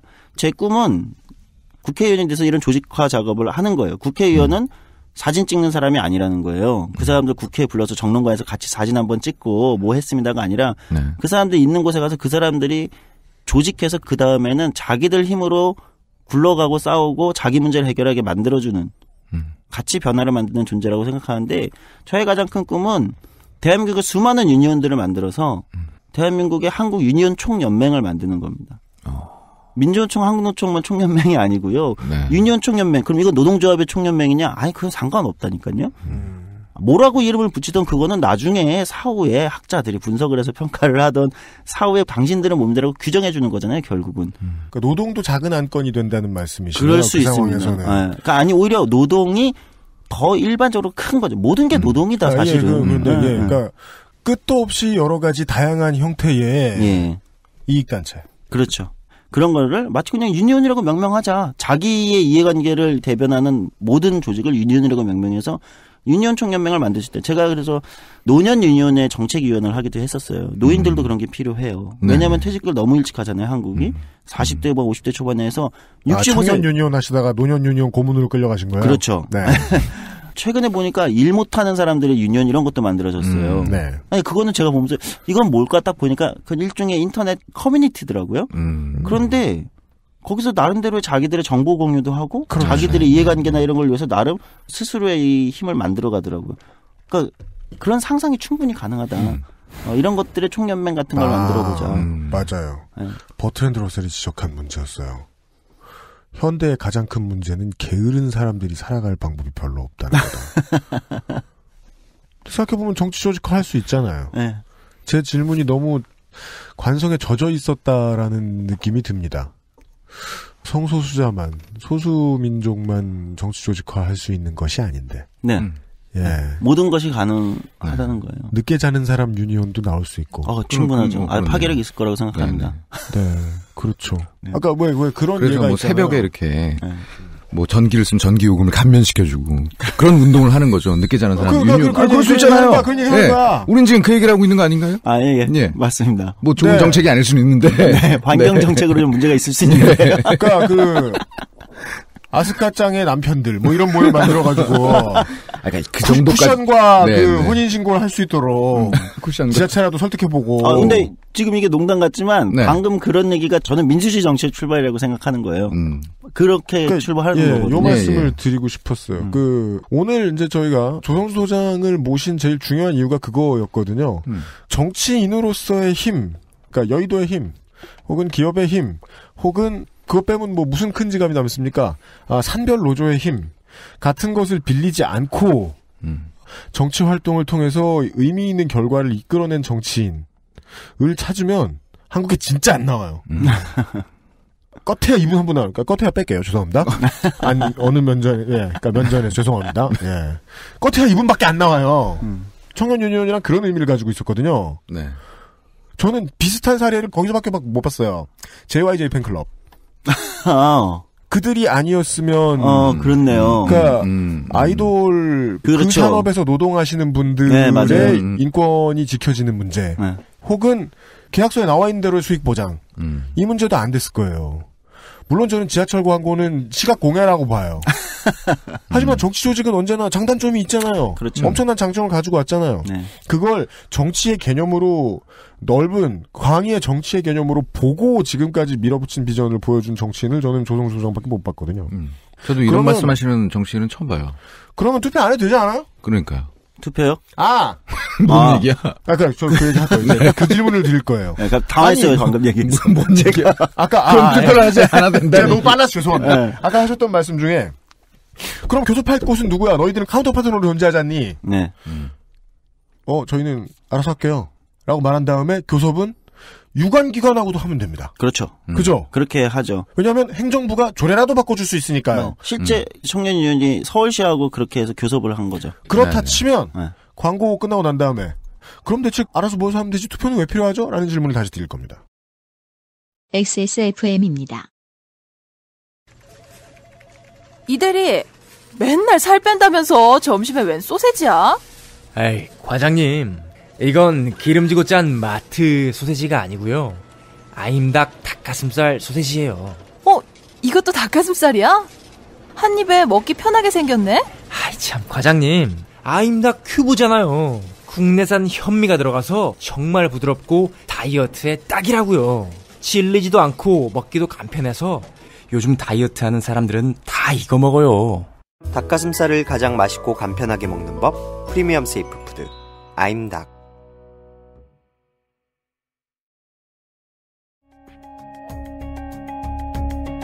노트북도 컴스테이션에서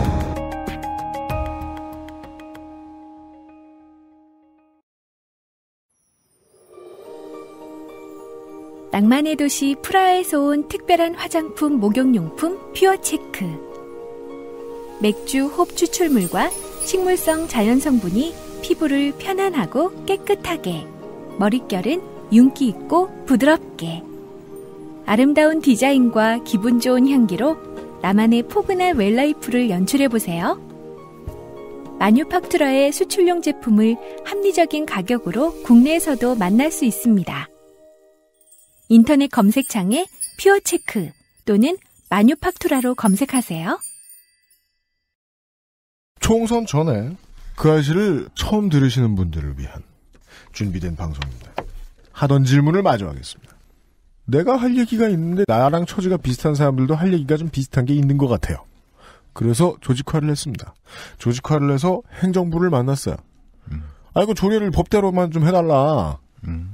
하나의 입법부를 만났어요. 행정부 가서 큰 소리 좀 쳐달라. 그러니까 해줘요. 그럼 우리끼리 해도 되는 거 아닌가요? 투표를 왜 할까요? 네, 맞습니다. 그렇게 되는 나라들이 실제 있어요. 그러니까 사회가 이걸 뭐 노동조합 조직률이 뭐 한 70%, 80% 정도 된다든지 또는 제가 광고 전에 말씀드렸다시피 유니온 같은 뭐 하여튼 뭐가 됐든 그런 식으로 사회가 강력하게 다양한 이해관계 집단이나 방식으로 조직이 돼서 거기서 실제 행정부나 입법부나 이런 걸 만나서 실제 교섭이나 또는 의견 처리가 다 가능하다면 그런 사회들이 있거든요. 그렇게 될 때 두 가지 현상이 일어나는데 하나는 투표율이 떨어집니다. 실제 많은 나라들, 스웨덴, 뭐 핀란드, 북유럽 국가들 노조 조직률이 한 70%, 80% 되거든요.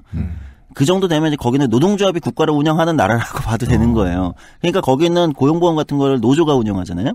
노동조합이. 왜냐면 이게 우리로서는 이해가 안 가죠.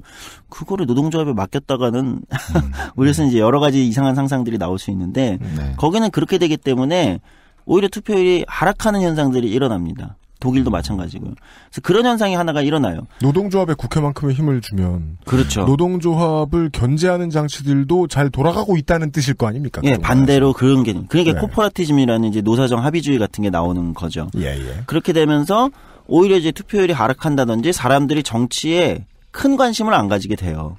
그러면 그런 나라들의 어떤 특징이 나타나냐면 우리가 가끔 인터넷이나 방송에서 우리 네티즌들이 그런 걸 많이 돌려요. 그 보고 뭐 어느 나라의 국회의원들은 봉사직이더라. 뭐 뭐도 없고 뭐 특권이 없고 뭐 자전거 타고 다니며 뭐 보좌진도 없고.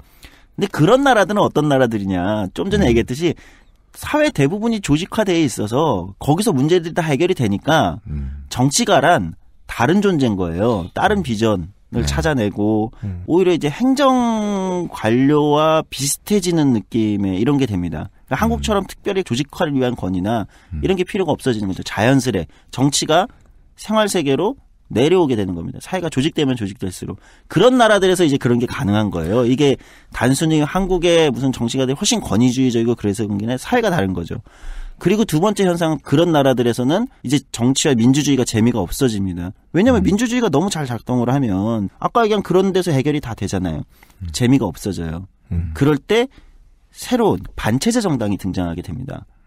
독일의 해적당 같은 거예요. 예. 네, 이런 이제 아예 체제에 반하는 이런 정당들이 출현하게 됩니다. 그리고 그런 정당들이 사회에 충격을, 녹색당도 사실 원래 유럽에서 이제 그렇게 출현을 한 거죠. 맞습니다. 민주주의 정치가 굉장히 사민주의나 이런 이제 케인즈주의 이후로 굉장히 잘 되면서 이게 너무 잘 되니까 웬만한 건 다 여기서 안에서 되고 이러니까 이제 녹색당 같은 반체제 정당이 나와서 사회에 새로운 도전을 하는 거죠. 녹색으로의 어떤 전환이라든지. 근데 민주주의 제도라는 건 또 하나 굉장히 무서운 건 그것마저도 어느 정도 시간이 지나면 체제 내화시켜버려요. 그러니까 뭐 유럽에서 녹색당들이 그런 정당들이 처음에는 막 굉장히 반체제적이었다가 이제 집권하고 뭐 이러면서 체제 내화되잖아요. 그러면 이제 또 뭐가 나오냐? 해적당 같은 게 등장하는 거예요. 다시 또 반체제 정당 등. 이렇게 하면서 사회가 새로운 이슈와 새로운 아젠다들을 내부화시키면서 해적당조차도 어떻게 보면 독일에서 이제 지금은 아니겠지만 어느 순간이 지나면 체제 내부에서 민주주의 정치 제도 안에서 이게 다 소화가 되는 날이 오겠죠. 그런 식으로 사회가 이제 새로운 아젠다들로 발전해 가는 거거든요. 그러니까 한국은 가장 큰 문제는 그런 조직, 결사체라고 얘기하는 이 결사체들이 거의 미비한 수준이다. 민주화가 됐다고 하지만 그 이후로 그런 것들은 많이 없고 그다음에 이 결사체들의 어떤 대표체인 정당도 약하고 그러니까 이제 그런 민주주의 정치가 그렇게 작동하지 않는 거죠. 그래서 지금 한국 정치를 본다면 결국 한국의 민주주의 정치가 중요한 것은 각자가 정치가들이 정당들이 우리는 어느 집단 누구 어떤 사람들을 대표하는 정당이고 그들을 어떻게 조직할 것인가. 그들을 어떻게 조직할 것인가. 이것이 이제 한국의 정치 세력들의 가장 중요한 당면과제일 수밖에 없는 것 같습니다. 선후에 대해서 여쭙게 됩니다. 네. 그러면 한국은 그걸 정당이 먼저 해야 하는 일이라고 보시는 겁니까? 아래에서 올라오는 것보다는 말입니까? 이거는 이제 뭐 사회마다 차이가 있는 것 같아요. 저도 비슷한 질문들에 계속해서 직면하게 되는데 제가 제출하고 있는 것은 정당이 결사체를 조직하는 방식, 한국은. 그러니까 정당이 먼저 강화되고 정당을 통해서 오히려 이제 그런 결사체들을 조직하거나 결사체들이 조직할 수 있는 공간을 열어주거나. 반개 혹은 하부 조직이 되었을 때는 매우 시시한 존재로 전락할 수도 있습니다. 예, 그래서 아마 반개 조직 형태로는 안 되어야 된다 이렇게 생각해요. 재밌는 사례가 하나 말씀드리면 제가 이제 정의당의 미래정치센터 소장으로 작년 8월에 딱 들어와서 하나의 그 일을 했어요. 뭘 했냐면 국회에 의원실들의 인턴들이 있어요. 네. 이건 굉장히 묘한 존재들입니다. 일은 국회에 따른 보좌진 만큼 해요. 뭐 요즘에는 그 국회 인턴 들어가려고 로스쿨 출신들도 어마어마하게 경쟁을 해서 들어가요. 국회의원 보좌진처럼 일을 하는데 월급은 120만 원. 올해도 동결했으니까 10년째 월급이 동결돼 있습니다. 이들의 처우가 굉장히 열악한 거죠. 주당 노동시간이 뭐 60시간 이렇게 돼요. 근데 월급은 10년째 120만 원으로 동결돼 있고 고용은 퇴직금을 안 주기 위해서 11개월로 잘라서 고용을 해요. 왜냐면 국회 사무처가 12개월을 하면은 한 달치 퇴직금을 줘야 되니까 11개월을 딱 자르기. 이게 전형적인 그 쪼개기 계약이라는 한동안 비정규직들의 문제가 있어요. 이거를 국회에서 하고 있어요. 저는 이 문제를 제가 국회 인턴을 해봤기 때문에 어떻게 10년 전에 문제가 똑같을까 이러면서 국회 인턴들 조직화를 했어요. 제가 생각하는 정치란 조직화니까. 네. 조직화 들어서 국회 인턴 노동조합이 생겼습니다. 이름은 국회 인턴 유니온입니다. 네. 노동조합 설립신고 냈고 설립신고가 나왔어요. 근데 제가 지금 반개 조직이나 하부 조직이 됐을 때 이 생명력을 잃어요. 그럼 정의당의 미래정치센터 소장인 조성주 소장이 정의당이 조직했다고 해서 이게 정의당의 하부 조직이 되면 그 조직은 살아남을 수가 없습니다. 국회 인턴 600명인데 이 사람들은 새누리당도 있고 더민주당도 있고 이제는 뭐 국민의당 인턴도 있겠죠. 네. 정의당도 있고 자기들의 조직이 돼야 돼요. 조직하는 데까지 해주고 그다음에 이들의 방향성, 교섭은 누구를 대상으로 국회 사무총장을 대상으로 어떻게 하고 어떤 아젠다가 돼야 되고 이런 지원은 해주지만 실제 이거는 정의당의 하부 조직이 되면 안 된다라고 해서 제가 이제 빠지는 거죠. 그리고 자기들이 국회 사무처와 정식 단체 교섭을 진행하고 있습니다. 임금과 단체 협약을 두고 기본 협약 체결했고요. 단체 교섭을 지금 진행 중이에요. 국회 사무총장과. 그렇게 가는 거죠. 그리고 이제 그들이 정치가 필요할 때. 고용 대표가 국회 사무총장으로 총장입니다. 네. 그게 법적으로 국회 사무총장이 고용인입니다. 인턴만. 나머지 보좌진은 해당 의원실의 의원이 고용주고요. 인턴들은 국회 사무총장입니다. 그래서 사무총장은 대상으로 단체 교섭 진행하고 있죠. 그래서 그 다음에 제가 이제 뒤로 빠지고 그들의 이제 정치적인 문제가 필요할 때는 정의당도 또는 더민주당도 누구도 같이 할 수 있는 거예요. 네, 제가 생각했던 원칙 중 하나입니다. 반개 조직이 돼서는 안 된다. 정의당에. 이런 것들이 필요하다는 거예요. 이걸 더 스케일을 이제 이거는 하나의 작은 사례죠. 국회에서 한 600명 정도의 인턴 다 가입한 것도 아니고 어쨌든 거기에 한 사례인 건데 법적인 단체 교섭이 효력 있는 단체 교섭이 진행되고 있다는 건 대등한 입장이 됐다는 거잖아요. 국회 사무총장과 국회 사무총장이 차관급입니다. 어쨌든 네, 한국에서 굉장히 높은 사람이요. 근데 이렇게 진행되는 거잖아요. 더 스케일을 크게 해보면 한국 사회에서도 이런 것들이 다른 영역에서도 충분히 가능하다. 저는 이런 것들을 한번 보여주고 싶었어요. 증명하고 싶었습니다. 여러 정당의 의원실에서 사실상 소속되다시피 해서 일하고 있는 노동자들이 색깔과 무관하게 정당과 무관하게 모여서 노동자들의 유니온으로서 한 목소리를 냈다면 그것은 말씀해 주신 대로 그 조합을 만들어주는 데에 길을 깔아준 초석을 깔아준 정치인이 어느 소속 정치인인지와 무관하게 자신들의 이득을 위해서 움직일 수 있겠네요. 네, 충분히 그게 가능합니다. 안전장치가 되네요. 네. 왜냐하면 그게 아니라면은 우리가 수십 년 전까지 지하철에서 많이 보던 몰몬교 전도사들과 다를 바가 없지 않습니까? 그러니까 개척해놓고 떠나는. 근데 네. 거기 이제 안전장치로 주님을 심어놓고 가는. 유타에서 오신. 누군가에게는 되게 나쁘게 휘두를 수도 있는 칼일 수 있네요. 어떤 게 있을까요? 그러니까 제가 아까 말씀드린 그대로의 질문입니다. 네. 처음에 해놓은 게 있으니 표는 당연히 우리한테 주도록 어떻게 시스템으로 만들어 놓고 가야 되지 않겠느냐. 총독을 심어놔야 되지 않겠느냐. 근데 지금 말씀해 주신 경우를 보니까 전혀 그렇지 않으셨는데. 네, 그렇게 하면 힘들죠. 그거는 본인들이 판단할 문제예요. 그 민주주의에서 정당과 다양한 결사체 조직과의 관계라는 건 옛날에 한국의 진보정당은 그런 게 뭐 배타적 지지라는 게 그런 거였어요. 이 조직은 이 정당만 배타적으로 지지하는 걸 그 조직의 어떤 지침 같은 걸로 만드는 거죠. 이거야말로 예외적인 사례입니다. 실제 외국에 집권한 진보정당은 브라질의 룰라가 있을 때 빼떼당이나 독일의 3인당도 노동조합하고 그런 배타적 지지, 니네는 우리 정당에 무조건 지지해야 돼, 이렇게 맺지 않습니다. 그렇게 맺지 않고요. 다른 방식으로 오히려 정책적인 부분으로 협약이나 이런 걸 통해서 이제 서로 협의하는 파트너 관계로 가야지, 그렇게 뭐 조직적 연계로 이렇게 가는 것은 서로에게 건전하지 않는 것 같아요. 표를 벌어야 되는 입장이시니까 정당이면 그렇다고 다시 한번 말씀을 드리면 그런 식으로 이제 이 결사체가 많이 만들어지면 이거는 제가 이제 정의당을 위해서 이렇게 말씀드리는 게 정말이에요. 정의당을 위해서 이렇게 말씀드리는 게 아니고 앞에 계신 분이 정의당의 사람이라 그래요. 그런 결사체가 많이 만들어지고 효율적으로 동작을 하면 실제로 그 조직의 시스템상 어떤 정당에 줄을 대지 않아도 되게 만들어 놔도 정의당에게는 유리한 상황일 거라고 보시는 겁니까? 네, 그렇습니다. 그게 이제 아젠다의 문제겠죠. 그러니까 어떤 아젠다의 조직들이 만들어지느냐. 그러니까 정의당이 예를 들면 이제 노동이라는 걸 굉장히 중요시 여기는 정당이다.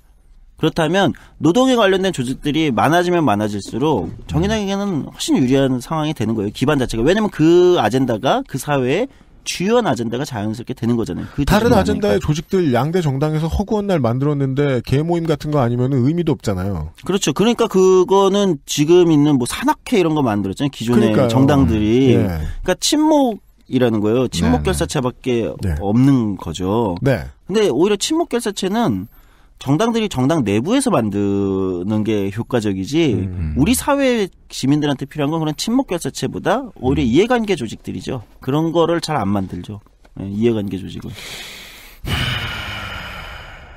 그렇게 정당이 할 수 있는 것이 있다. 그렇다고 해도 여전히 표의 힘에 대한 답변은 되지 않습니다. 표의 힘. 왜냐하면 원외에 계시는 분도 그런 일을 하셨다고 지금 꾸준히 예를 들어 설명하셨거든요. 네. 원 내에 들어가서 할 수 있는 다른 일? 다른 일? 네, 더 큰 힘을 내서 할 수 있는 일? 그거는 이제 그거겠죠. 입법부라는, 저는 이제 삼권 분립 이런 얘기 아주 좋아하진 않아요. 저는 입법부가 위에 있어야 된다 이런 걸 굉장히 강력하게 생각하는 사람인데, 입법부는 법을 만들고 제도를 만드는 곳이다. 좀 전에 저는 제가 이제 국회의원은 아니기 때문에 원외에서 어떤 사람들의 이해관계를 어떻게 조직하고 거기에 대해 살짝 기존에 있는 노동법이라는 노동조합법이나 근로기준법이라는 제도를 이용해서 이제 이걸 연결시켜 준 거 정도인 거잖아요. 또 하나는 이제 정책 비전 정도겠죠. 그런데 이제 이게 원내로 들어가게 되면 이건 스케일이 완전히 달라집니다. 제가 좀 특이한 사례인 게 제가 국회 보좌진 생활을 하다가 네. 사표를 쓰고 청년 유니언을 조직하러 전국을 가서 청년 유니언이라는 노동조합을 만들었다가 네. 거꾸로 다시 정치가 필요하겠네. 정치가 중요하겠네. 이러면서 네. 거꾸로 다시 정치로 돌아온 사례예요. 처음에 청년 유니언을 만드시겠다라고 네. 국회를 떠나셨을 때는 보좌관 일을 그만두셨을 때는 네. 장외에서 할 수 있는 일이 훨씬 많겠네라는 생각이 드셨던 겁니다. 그렇죠. 네. 그렇죠. 안에서 안 되는 일이 있는 거구나. 그러니까 자신들의 이해관계를 가지고 주장하는 결사체 조직이 없는 한 아무리 국회에서 좋은 법안을 만들고 좋은 정책을 만들어도 이게 무슨 의미가 있나? 전혀 이슈화가 되지 않는 거예요. 알아듣지 못한다. 네. 그러니까 적당하게 사람들한테 이익을 줄 수 있는 법이 만들어져도 네. 쇼가 안 된다. 흥행이 안 된다. 안 되는 거예요. 예. 아하. 쇼도 안 되고 흥행도 안 되고 정작 당사자들과의 접촉면이 없으면 설득력조차 가질 수가 없어요. 왜냐면 설득력이 없는 거죠. 그래서 안 되겠구나라고 절망했죠, 제가. 왜냐면 국회 보좌관으로 이제 제가 공채를 넣었을 때는 법과 제도를 바꾸면 할 수 있는 게 있다. 왜 그 전에 아까 학자금 대출 이자 감면 이거를 하면서 제가 처음으로 법과 제도의 힘을 느껴본 다음에 그래. 역시 대한민국은 국회에서 움직이는 거야. 여의도에서 움직이는 거야. 국회의원 보좌관에 대해서 내가 법을 만들고 제도를 만들 수 있으면 이 문제 해결할 수 있어. 청년들의 노동 문제와 실업 문제 해결할 수 있을 것 같아. 간 거예요. 근데 제가 청년 고용할당제 지금 이제 시행되고 있는 공공기관이 그 법 제가 처음 만들었어요. 그 안에서. 그 당시 통과되지도 않았죠. 왜? 아무도 설득을 할 수가 없는 겁니다. 그걸 주장하는 당사자들이 없는 거예요. 그리고 실질 청년 실업률 통계도 만들어보고 이랬는데 아무것도 안 되는 거죠. 그래서 제가 좌절하고 있었어요. 실질 실업된 청년들은 국회에서 무슨 일이 있는지도 모르고. 그렇죠. 하여간 보좌진들이 법을 만들어줬으니까 상임회의장에 들고 들어간 영감님도 사실은 100% 이해도 못했고. 그렇죠. 100% 이해도 못한 상황에서 떠들었는데. 기자들도 관심이 없고 아무도 관심이 없는 겁니다. 그래서 제가 좌절하고 있었어요. 그런데 그때 제가 우연히 바로 오늘 좀 전에 점심때까지 무려 10시간이 넘게 한국 필리버스터 신기록을 세운 은수미 당시에는 노동연구원 연구위원이었습니다. 네, 연구위원. 우연히 만나게 된 거죠.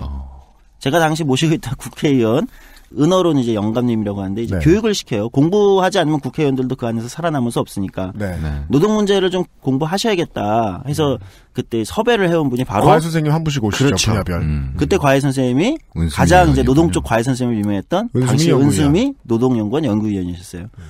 근데 이제 당시 은수미 지금 의원님이신데 그 은수미 의원님이 일본에 한 7개월 8개월 다녀오신 직후였어요. 일본에 이제 잠깐 이제 그 연수급 비슷하게 공부를 잠깐 나갔다 오신 건데 굉장히 흥미로운 얘기를 하시네요. 일본의 청년들이 청년 노동 비정규직 문제가 심각해지니까 일본의 청년들이 일본 수도권 청년 유니언이라는 신기한 노동조합 기존에 없던 노동조합을 만들어서 이런저런 활동을 하더라. 너무나 이게 자기는 흥미로운 사례였다. 이런 얘기를 이제 저희 영감님 공부를 시켜드리면서 그런 얘기를 하시는 거죠. 근데 제가 그때 저거다. 저게 있으면 가능하겠다. 일본하고 한국이 또 유사하다고 하잖아요. 시스템이. 저게 한국에 있으면 되겠다라고 생각하고 한국의 청년 유니언을 만들겠다로 이제 사표를 쓰고 이제 나가게 된 거죠. 그래서 밖에서 청년 유니언을 만들어서 아까 우리가 좀 전에 얘기했던 그런 일들을 하게 된 거죠. 저도 사실 신문 보면서 그런 생각했어요. 만든 백수는 얼마나 미친 백수일까. 참고로 지금 앞에 앉아 계시고요. 네, 다들 미쳤다고 했죠. 근데 그냥 신문 읽던 사람이 생각나게 만들었잖아요. 청년 유니언이라는 개념에 대해서. 그렇습니다. 그럼 다시 한번 아까 얘기한 대로 돌아온 겁니다. 밖에 나갈 필요성까지 느끼셨고 밖에 나가서 일정한 성적을 내셨다. 안에 다시 들어와야 되겠구나. 왜 생각하신 거예요? 그때 느낀 건 이런 거예요. 이해관계자 조직은 자기가 포괄하고 있는 집단에 대해서는 얼마나 유능한가로 잘 싸울 수 있습니다. 그건 거기에 유능한 사람들이 있고 조직이 내부적으로 건전하다면 그걸 잘할 수 있어요. 그래서 굉장히 많은 성과를 냈어요. 근데 그때 몇 번의 성과를 내면서 제가 인상 깊었던 건 이게 독특한 경험을 한 건데 저희 조합원 중에 배달을 하는 친구들 이런 네. 이제 배달이 많잖아요, 우리나라가. 시장이 커지고 있죠. 그렇죠. 지금은 더 커졌어요, 그때보다. 근데 네. 어쨌든 배달을 하는 친구들이 많았는데 조합원들이 이들한테 그때 무슨 제도가 있으면 30분 배달제라는 피자 30분 배달제 이런 제도가 있어요. 피자를 30분 내에 배달해 주지 않으면 뭐 무료로 준다든지 깎아준다든지. 네. 근데 이 제도 때문에 너무 많이 다치기도 하고 고생을 많이 한 거죠. 그게 너무 힘들어요. 다치지 않아도 너무 힘들죠. 30분 내로 배달하려면 이 오토바이 모는 친구가 어마어마한 묘기를 부리면서 네. 해야 되잖아요. 이 문제를 싸워야겠다고 생각하고 했는데 그 문제를 결국 제가 30분 배달제를 저희가 싸워서 폐지를 시켰거든요. 당시 이제 뭐 도미노 피자, 미스터 피자, 피자헛 2달간 싸움을 해서 폐지를 시켰는데 제도가 폐지될 때 이거에 이득을 본 사람이 우리 조합원만이 아니라 전체 배달 하는 노동자들한테 이득이 가더라고요. 그때 첫 번째 경험을 한번 한 거죠. 두 번째는 커피 전문점들하고 싸움을 했어요. 저희 조합원 중에 워낙 커피 전문점에서 아르바이트하는 조합원들이 많아서 싸움을 했는데 주휴수당이라는 걸 이제 처음 발견해가지고 주휴수당을 주고 있지 않다. 네. 6대 커피 전문점이 6개 브랜드가 싸움을 했어요. 근데 정말 특이했던 건 커피 뭐 브랜드와 조합원 12명을 가지고 싸움을 했는데 결국 싸움 끝나고 거기에서 일하는 3,000명에게 5억 원을 다 돌려주게 됐어요. 저희는 12명 조합원. 다만 근데 12명한테만 이득이 가는 게 아니에요. 얼굴도 이름도 아무도 모르는 어딘가에서 그 매장에서 일하는 나머지 3,000명에게 5억 원이 돌아간 거죠. 그랬으면 인당 4,500만 원이게요.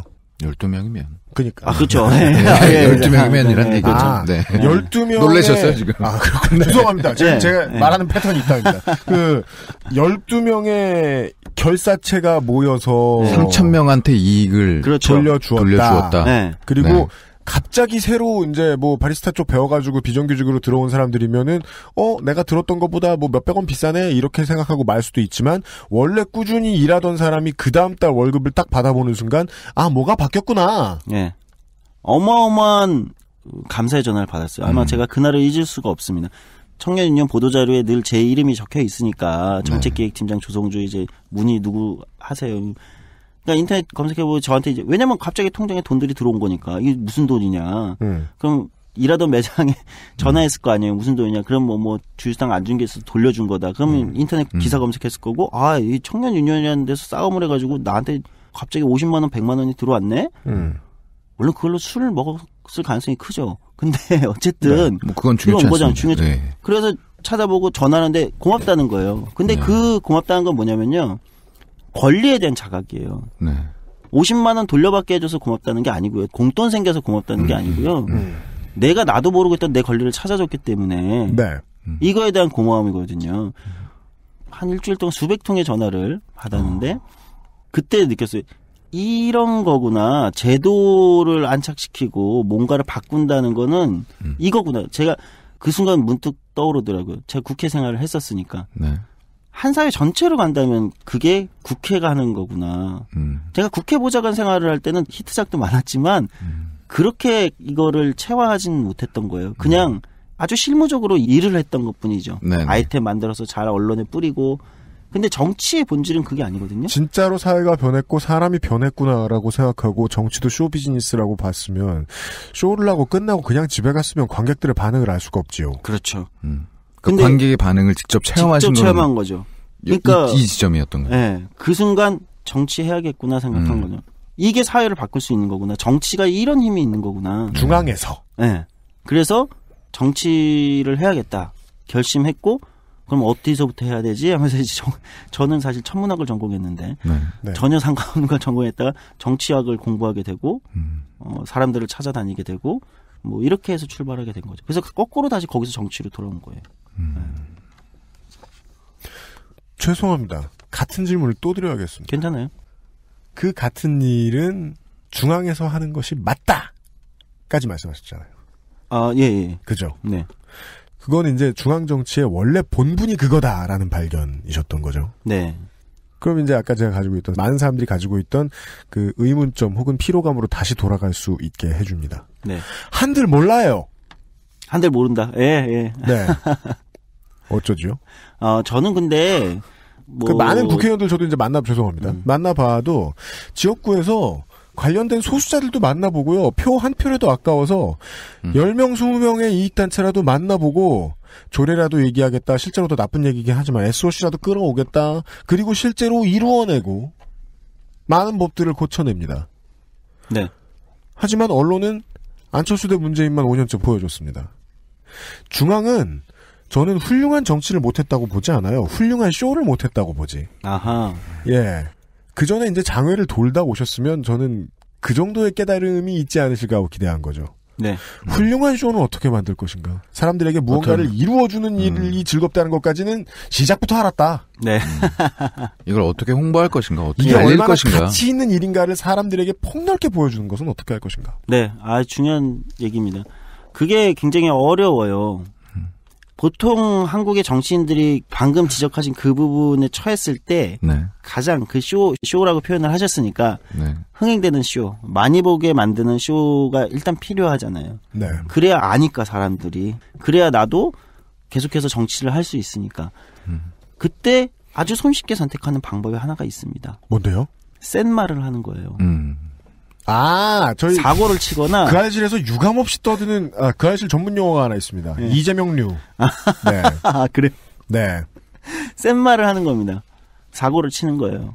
요즘은 이게 어디서 주로 이루어지냐면 이제 소위 SNS라고 얘기되는 공간에서 이루어지죠. 퍼거슨 감독에게 무제한의 승리를 안기며. 그렇죠. 예.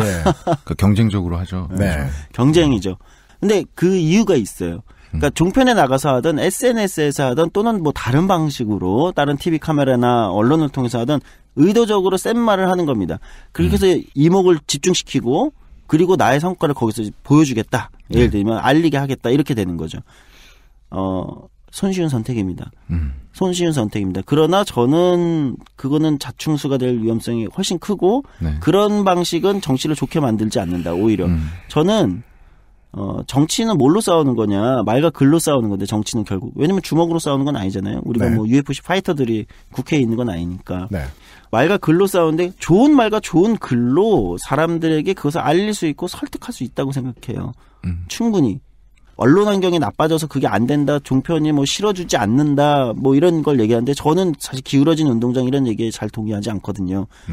좋은 말과 좋은 글과 제가 아까 말씀드린 자기가 기반하고 있는 곳에 결사체 조직들을 조직함으로써 충분히 그것의 공감과 이걸 이끌어낼 수 있다. 많은 사람들이 그것이 가능하다고 생각하고 있어요. 그래서 그 방식을 저는 추구하려고 합니다. 그런 게 더 중요하다. 그런 게 더 중요하다. 센 말들의 향연에서는 사실은 본질은 어느 순간 사라지거든요. 얘네들이 뭘 가지고 싸우고 있었지가 사라지고요. 누가 더 센 말을 하는가만 사람들이 집중합니다. 그러면 사람들도 시민들도 어떻게 되냐면요. 저 사람이 원래 뭐 하려고 했었던 거지? 쟤네들이 원래 싸우려는 게 뭐였었지? 이렇게 되는 거예요. 맞습니다. 네. 그걸 사라지게 만들면 안 됩니다. 여든 야든 진보든 보수든 우리가 무엇을 가지고 싸우고 있는지를 사람들한테 잊어버리게 만들면 그거는 진보와 보수를 떠나서 모든 정치의 실패라고 저는 생각합니다. 그러려면 센 말보다는 좋은 말과 좋은 글로 설득하고 공감의 폭을 넓히는 이게 더 필요하다고 저는 생각하고 있습니다. 저 오늘 방송 진행하기 편하네요. 같은 질문만 10번을 하면 지금 녹음이 끝나게 생겼습니다. 그러니까 이게 소장님의 환타지는 좋은데. 그 네. 믿음과 환타지는 좋습니다. 네. 근데 현실은 그렇지 않잖아요? 현실이 어려워도 저는 가능하다고 생각합니다. 그 얘기를 말씀드리고. 네, 그 얘기를 하려고 그러는 것 같아요. 말씀하세요. 이 얘기를 한 20번 하고 집에 가시죠. 네네. 네. 도돌이. 진보 정치를 응원하는 사람들은 심상정 대표가 세서 좋아합니다. 센 얘기 잘하셔서 좋아하죠. 물론 개인적으로 심상정 대표께서 나도 노회찬만큼 웃겨봤으면 하는 컴플렉스에 시달린다는 건 알고 있습니다. 그렇지만 세기 때문에 거짓말도 잘하죠. 대중은 심상정을 그것으로 기억합니다.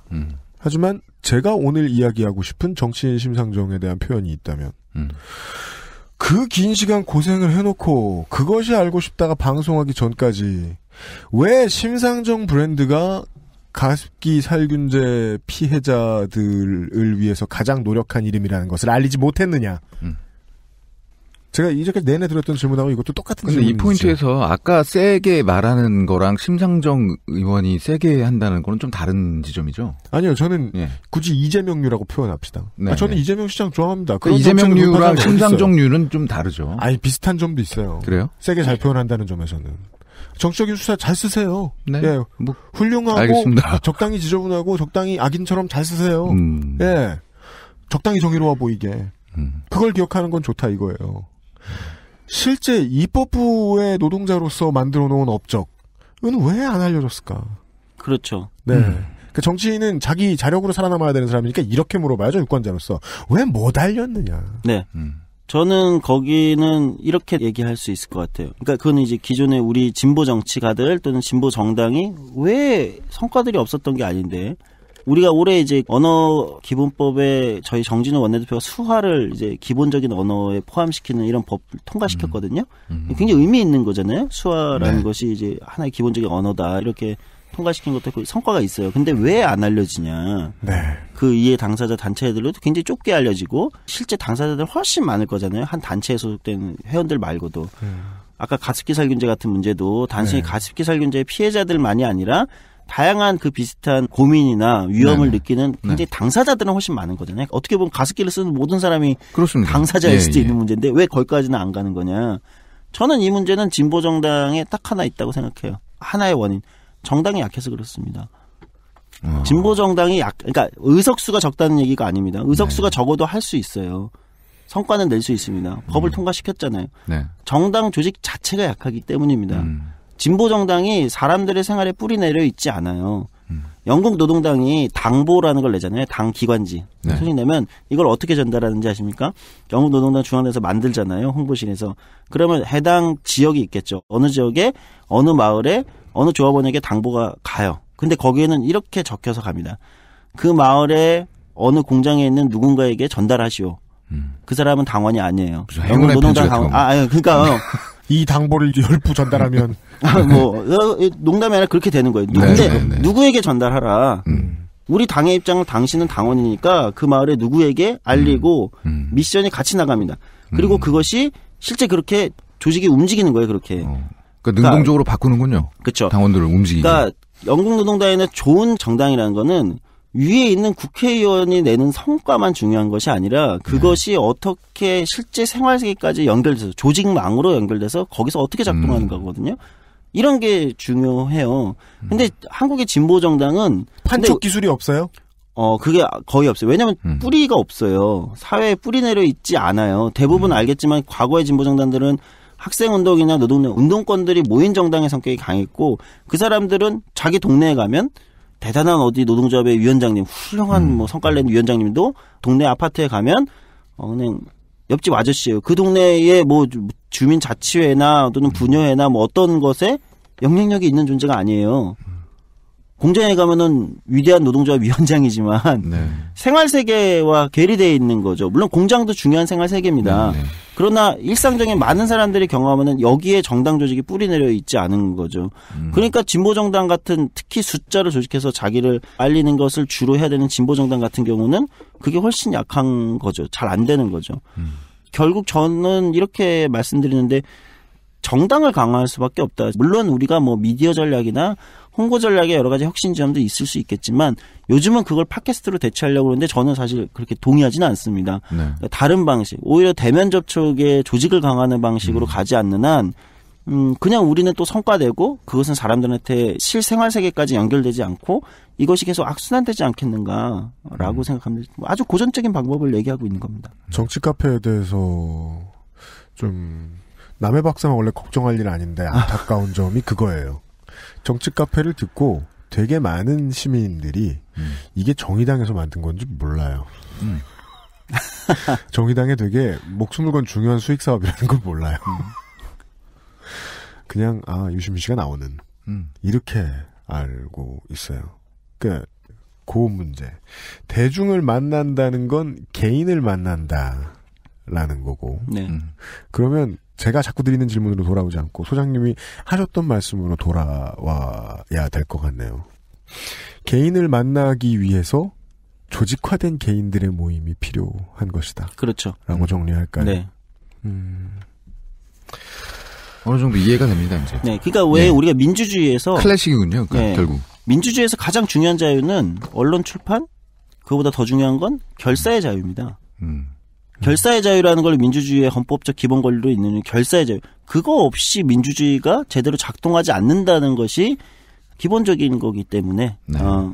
그래서 결사의 자유가 왜 헌법적 가치에 있냐. 그냥 우리 계모임 만들려고 결사의 자유를 헌법에 넣어놓는 건 아니잖아요. 네. 민주주의의 근원으로 그만큼 그 조직을 만든다는 것. 그 조직이 어떻게 시민들의 의견이 조직화돼가지고 이 사회의 민주정치 안에 들어갈 수 있는가. 이런 거라고 생각합니다. 결사의 자유라는 의제를 민주주의의 주인인 국민들이 정확히 이해할 때까지는 어느 정도 정당이 가이드라인을 놓는 역할을 할 수 있을 것으로 보신다. 네. 그렇게 생각합니다. 장기적으로는 그렇게 안 보실 것 같습니다만은. 아마 정당이 그거를 안 하게 되는 상황이 오는 게 제일 좋은 상황일지도 몰라요. 왜냐하면 역설적으로. 영원히 정당이 그렇게 하겠다는 건 매우 NGO적인 마인드니까요. 그렇죠. 네. 그때까지 열심히 정당이 사람들이 이익결사체가 거의 모두들 되는 때까지 열심히 하면 정의당은 장사가 될 것이다. 이런 비전을 제시하셨다가 아깝게 떨어지셨다. 3위로 낙선했으니까 아깝지는 않습니다. 그러니까요. 예. 알겠습니다. 저는 이것이 이제 정의당 아니라 모든 정당이 단어가 좀 바뀌고 끝에 비전이 좀 바뀌었지 비슷한 이야기를 하고 있는 것일 거라고 생각합니다. 맞습니다. 네, 섭외는 잘 된 거라고 봅니다. 어디여도 정당의 이익을 위해서라도 사람들이 정치에 좀 더 관심을 갖기 위해서는 내 입장에 맞는 이익 모임을 만들고 결사를 하고 그 다음에 그 말을 가장 잘 들어줄 것 같은 입법부를 찾아가서 블라블라 하고 그렇게만 된다면 총선 투표율도 나쁘지 않게 올라가지 않겠느냐. 정의당에 표달라는 말씀은 어차피 하셔봐야 자를 테니까. 네. 끝으로 저희가 우리 어제 살짝 만났을 때 제가 여쭤봤던 단 하나의 질문에 대한 깔끔한 답변을 좀 부탁을 드리겠습니다.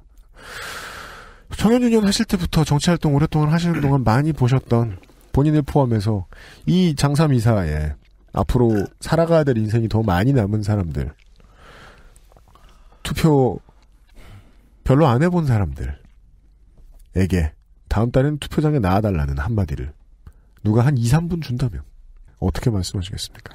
저는 자유를 중요시 여기는 어떤 민주주의자라면 투표하지 않는 것도 그 사람의 의사의 표시라고 인정하는 사람입니다. 매우 그렇습니다. 예, 투표하지 않는 것도 지금의 정당들에 대한 자기 불만의 표시다.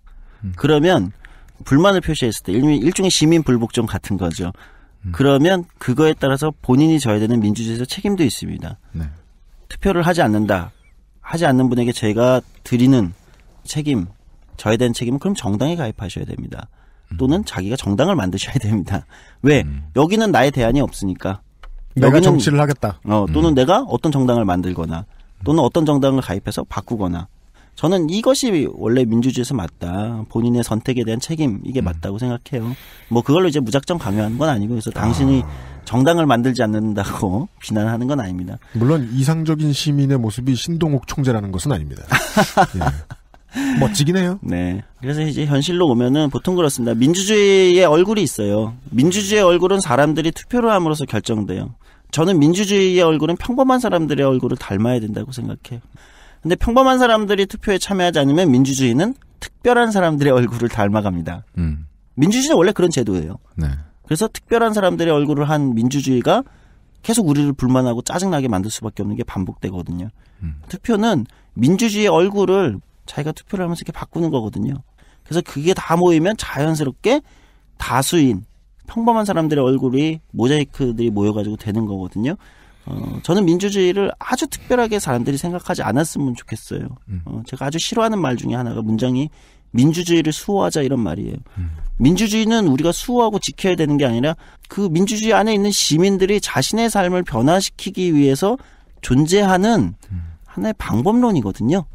그거에 지나지 않습니다. 그래서 투표라는 것은 결국은 자신의 삶을 변화시키기 위한 그 방법론에서 방법을 선택하고 그냥 우리가 살아가는 공동체를 조금 더 평범하게 만드는 것, 우리의 얼굴 모습과 닮은 그런 거라고 생각해요. 그런 의미로 투표를 해주셨으면 좋겠다.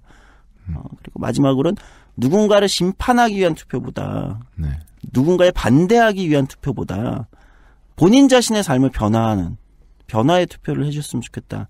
그게 더 중요한 거 아니냐. 우리가 증오와 심판만으로 좋은 걸 만들 수 없다고 생각해요. 네. 알겠습니다. 정의당사는 왜 이렇게 작아요? 가난해서 그래요. 되게 깜짝 놀랐어요. 정의당사는 주차도 안 돼요. 주차도 안 되고. 앞 건물에 대가지고 8,000원 나왔어. 그 정의당사 1층에 계신 분이 저희 정의당에 왔는데 차 어디다 대 나가! 먼 데 가서 돈 내고란 말이야! 네. 그 워딩이 되게 멋있었어요. 그 1층에 계신 그 경비원분이. 네. 주차장에 앞에 대고 우리가 물어봤잖아요. 정의당에 왔는데 차 대냐고. 맞아요. 여기 주차장 아니라고. 여기는 주차장이 아니라고. 차가 질비한데 존재를 부정하시고. 여기는 주차장이 아니야.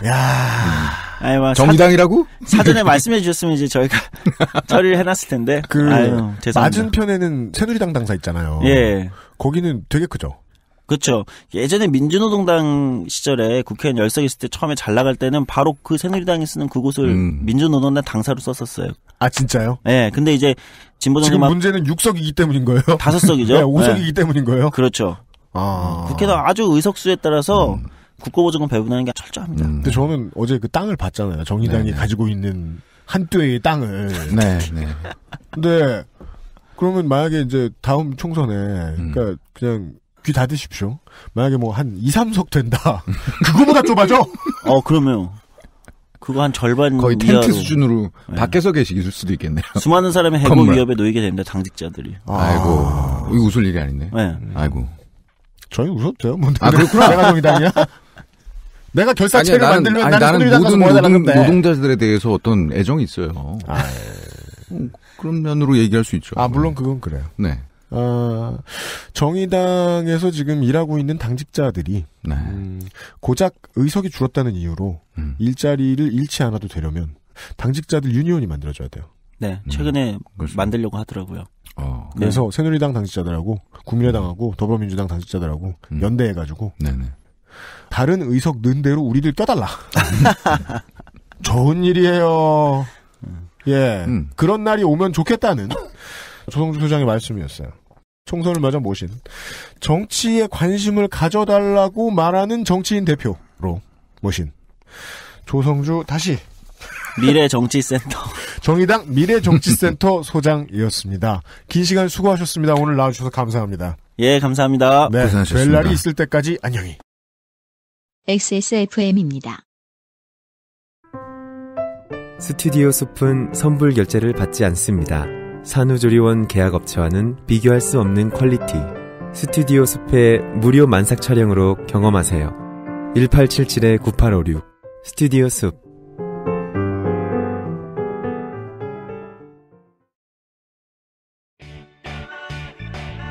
언제까지나 마지막 선택. 아로니아 진. 안녕하세요. 직업이 운전인지 컴퓨터인지 가끔 헷갈리는 컴스테이션의 이경식입니다.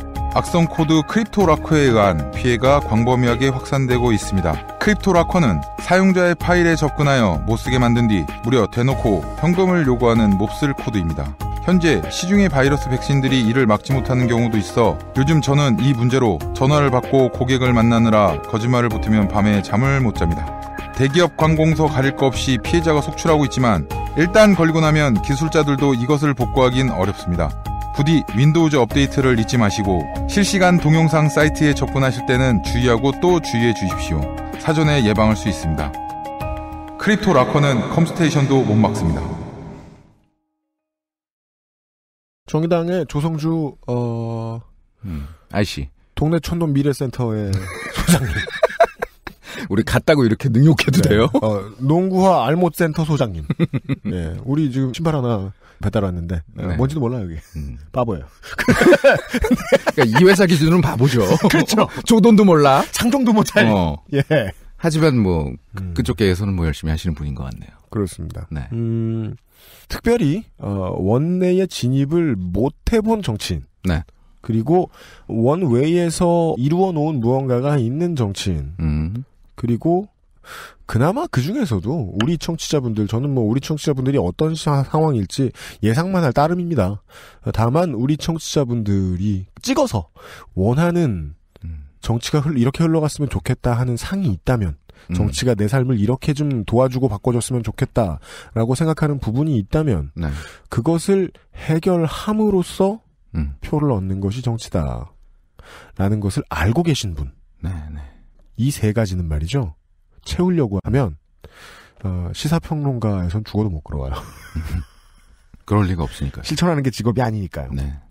그런 분을 어렵게 섭외를 했습니다. 정의당 혹은 본인이 뭐 표를 얻을 일이 생긴다면 그것과는 뭐 전혀 무관합니다. 그냥 땡땡당의 땡땡 정치인이라고 봐주시면 좋겠습니다. 네. 우연히 이제 타고 가다 보니 섭외가 돼서 조성주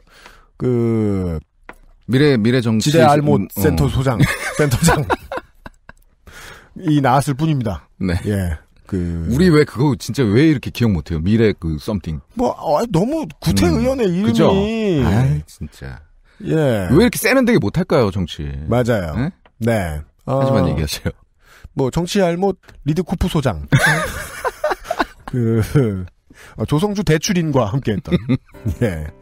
이번 주 목요일에 히스테리 사건 파일 그것은 알기 싫다였습니다. 환타님의 오늘까지의 타이완 이야기 다음 주에 이어드리도록 하겠습니다. 공지를 제때 빨리 이야기를 못 드려서 죄송합니다. 다 들으셨는데 이제 안 나왔네요. 환타님 다음 주에 다시 만나 뵙기로 하겠고요. 유면상강의 김상조 엔지니어 이현아 공보수석이 수고하고 있습니다. 다음 주에 뵙겠습니다. 안녕히 계십시오. XSFM입니다. I, D, W, K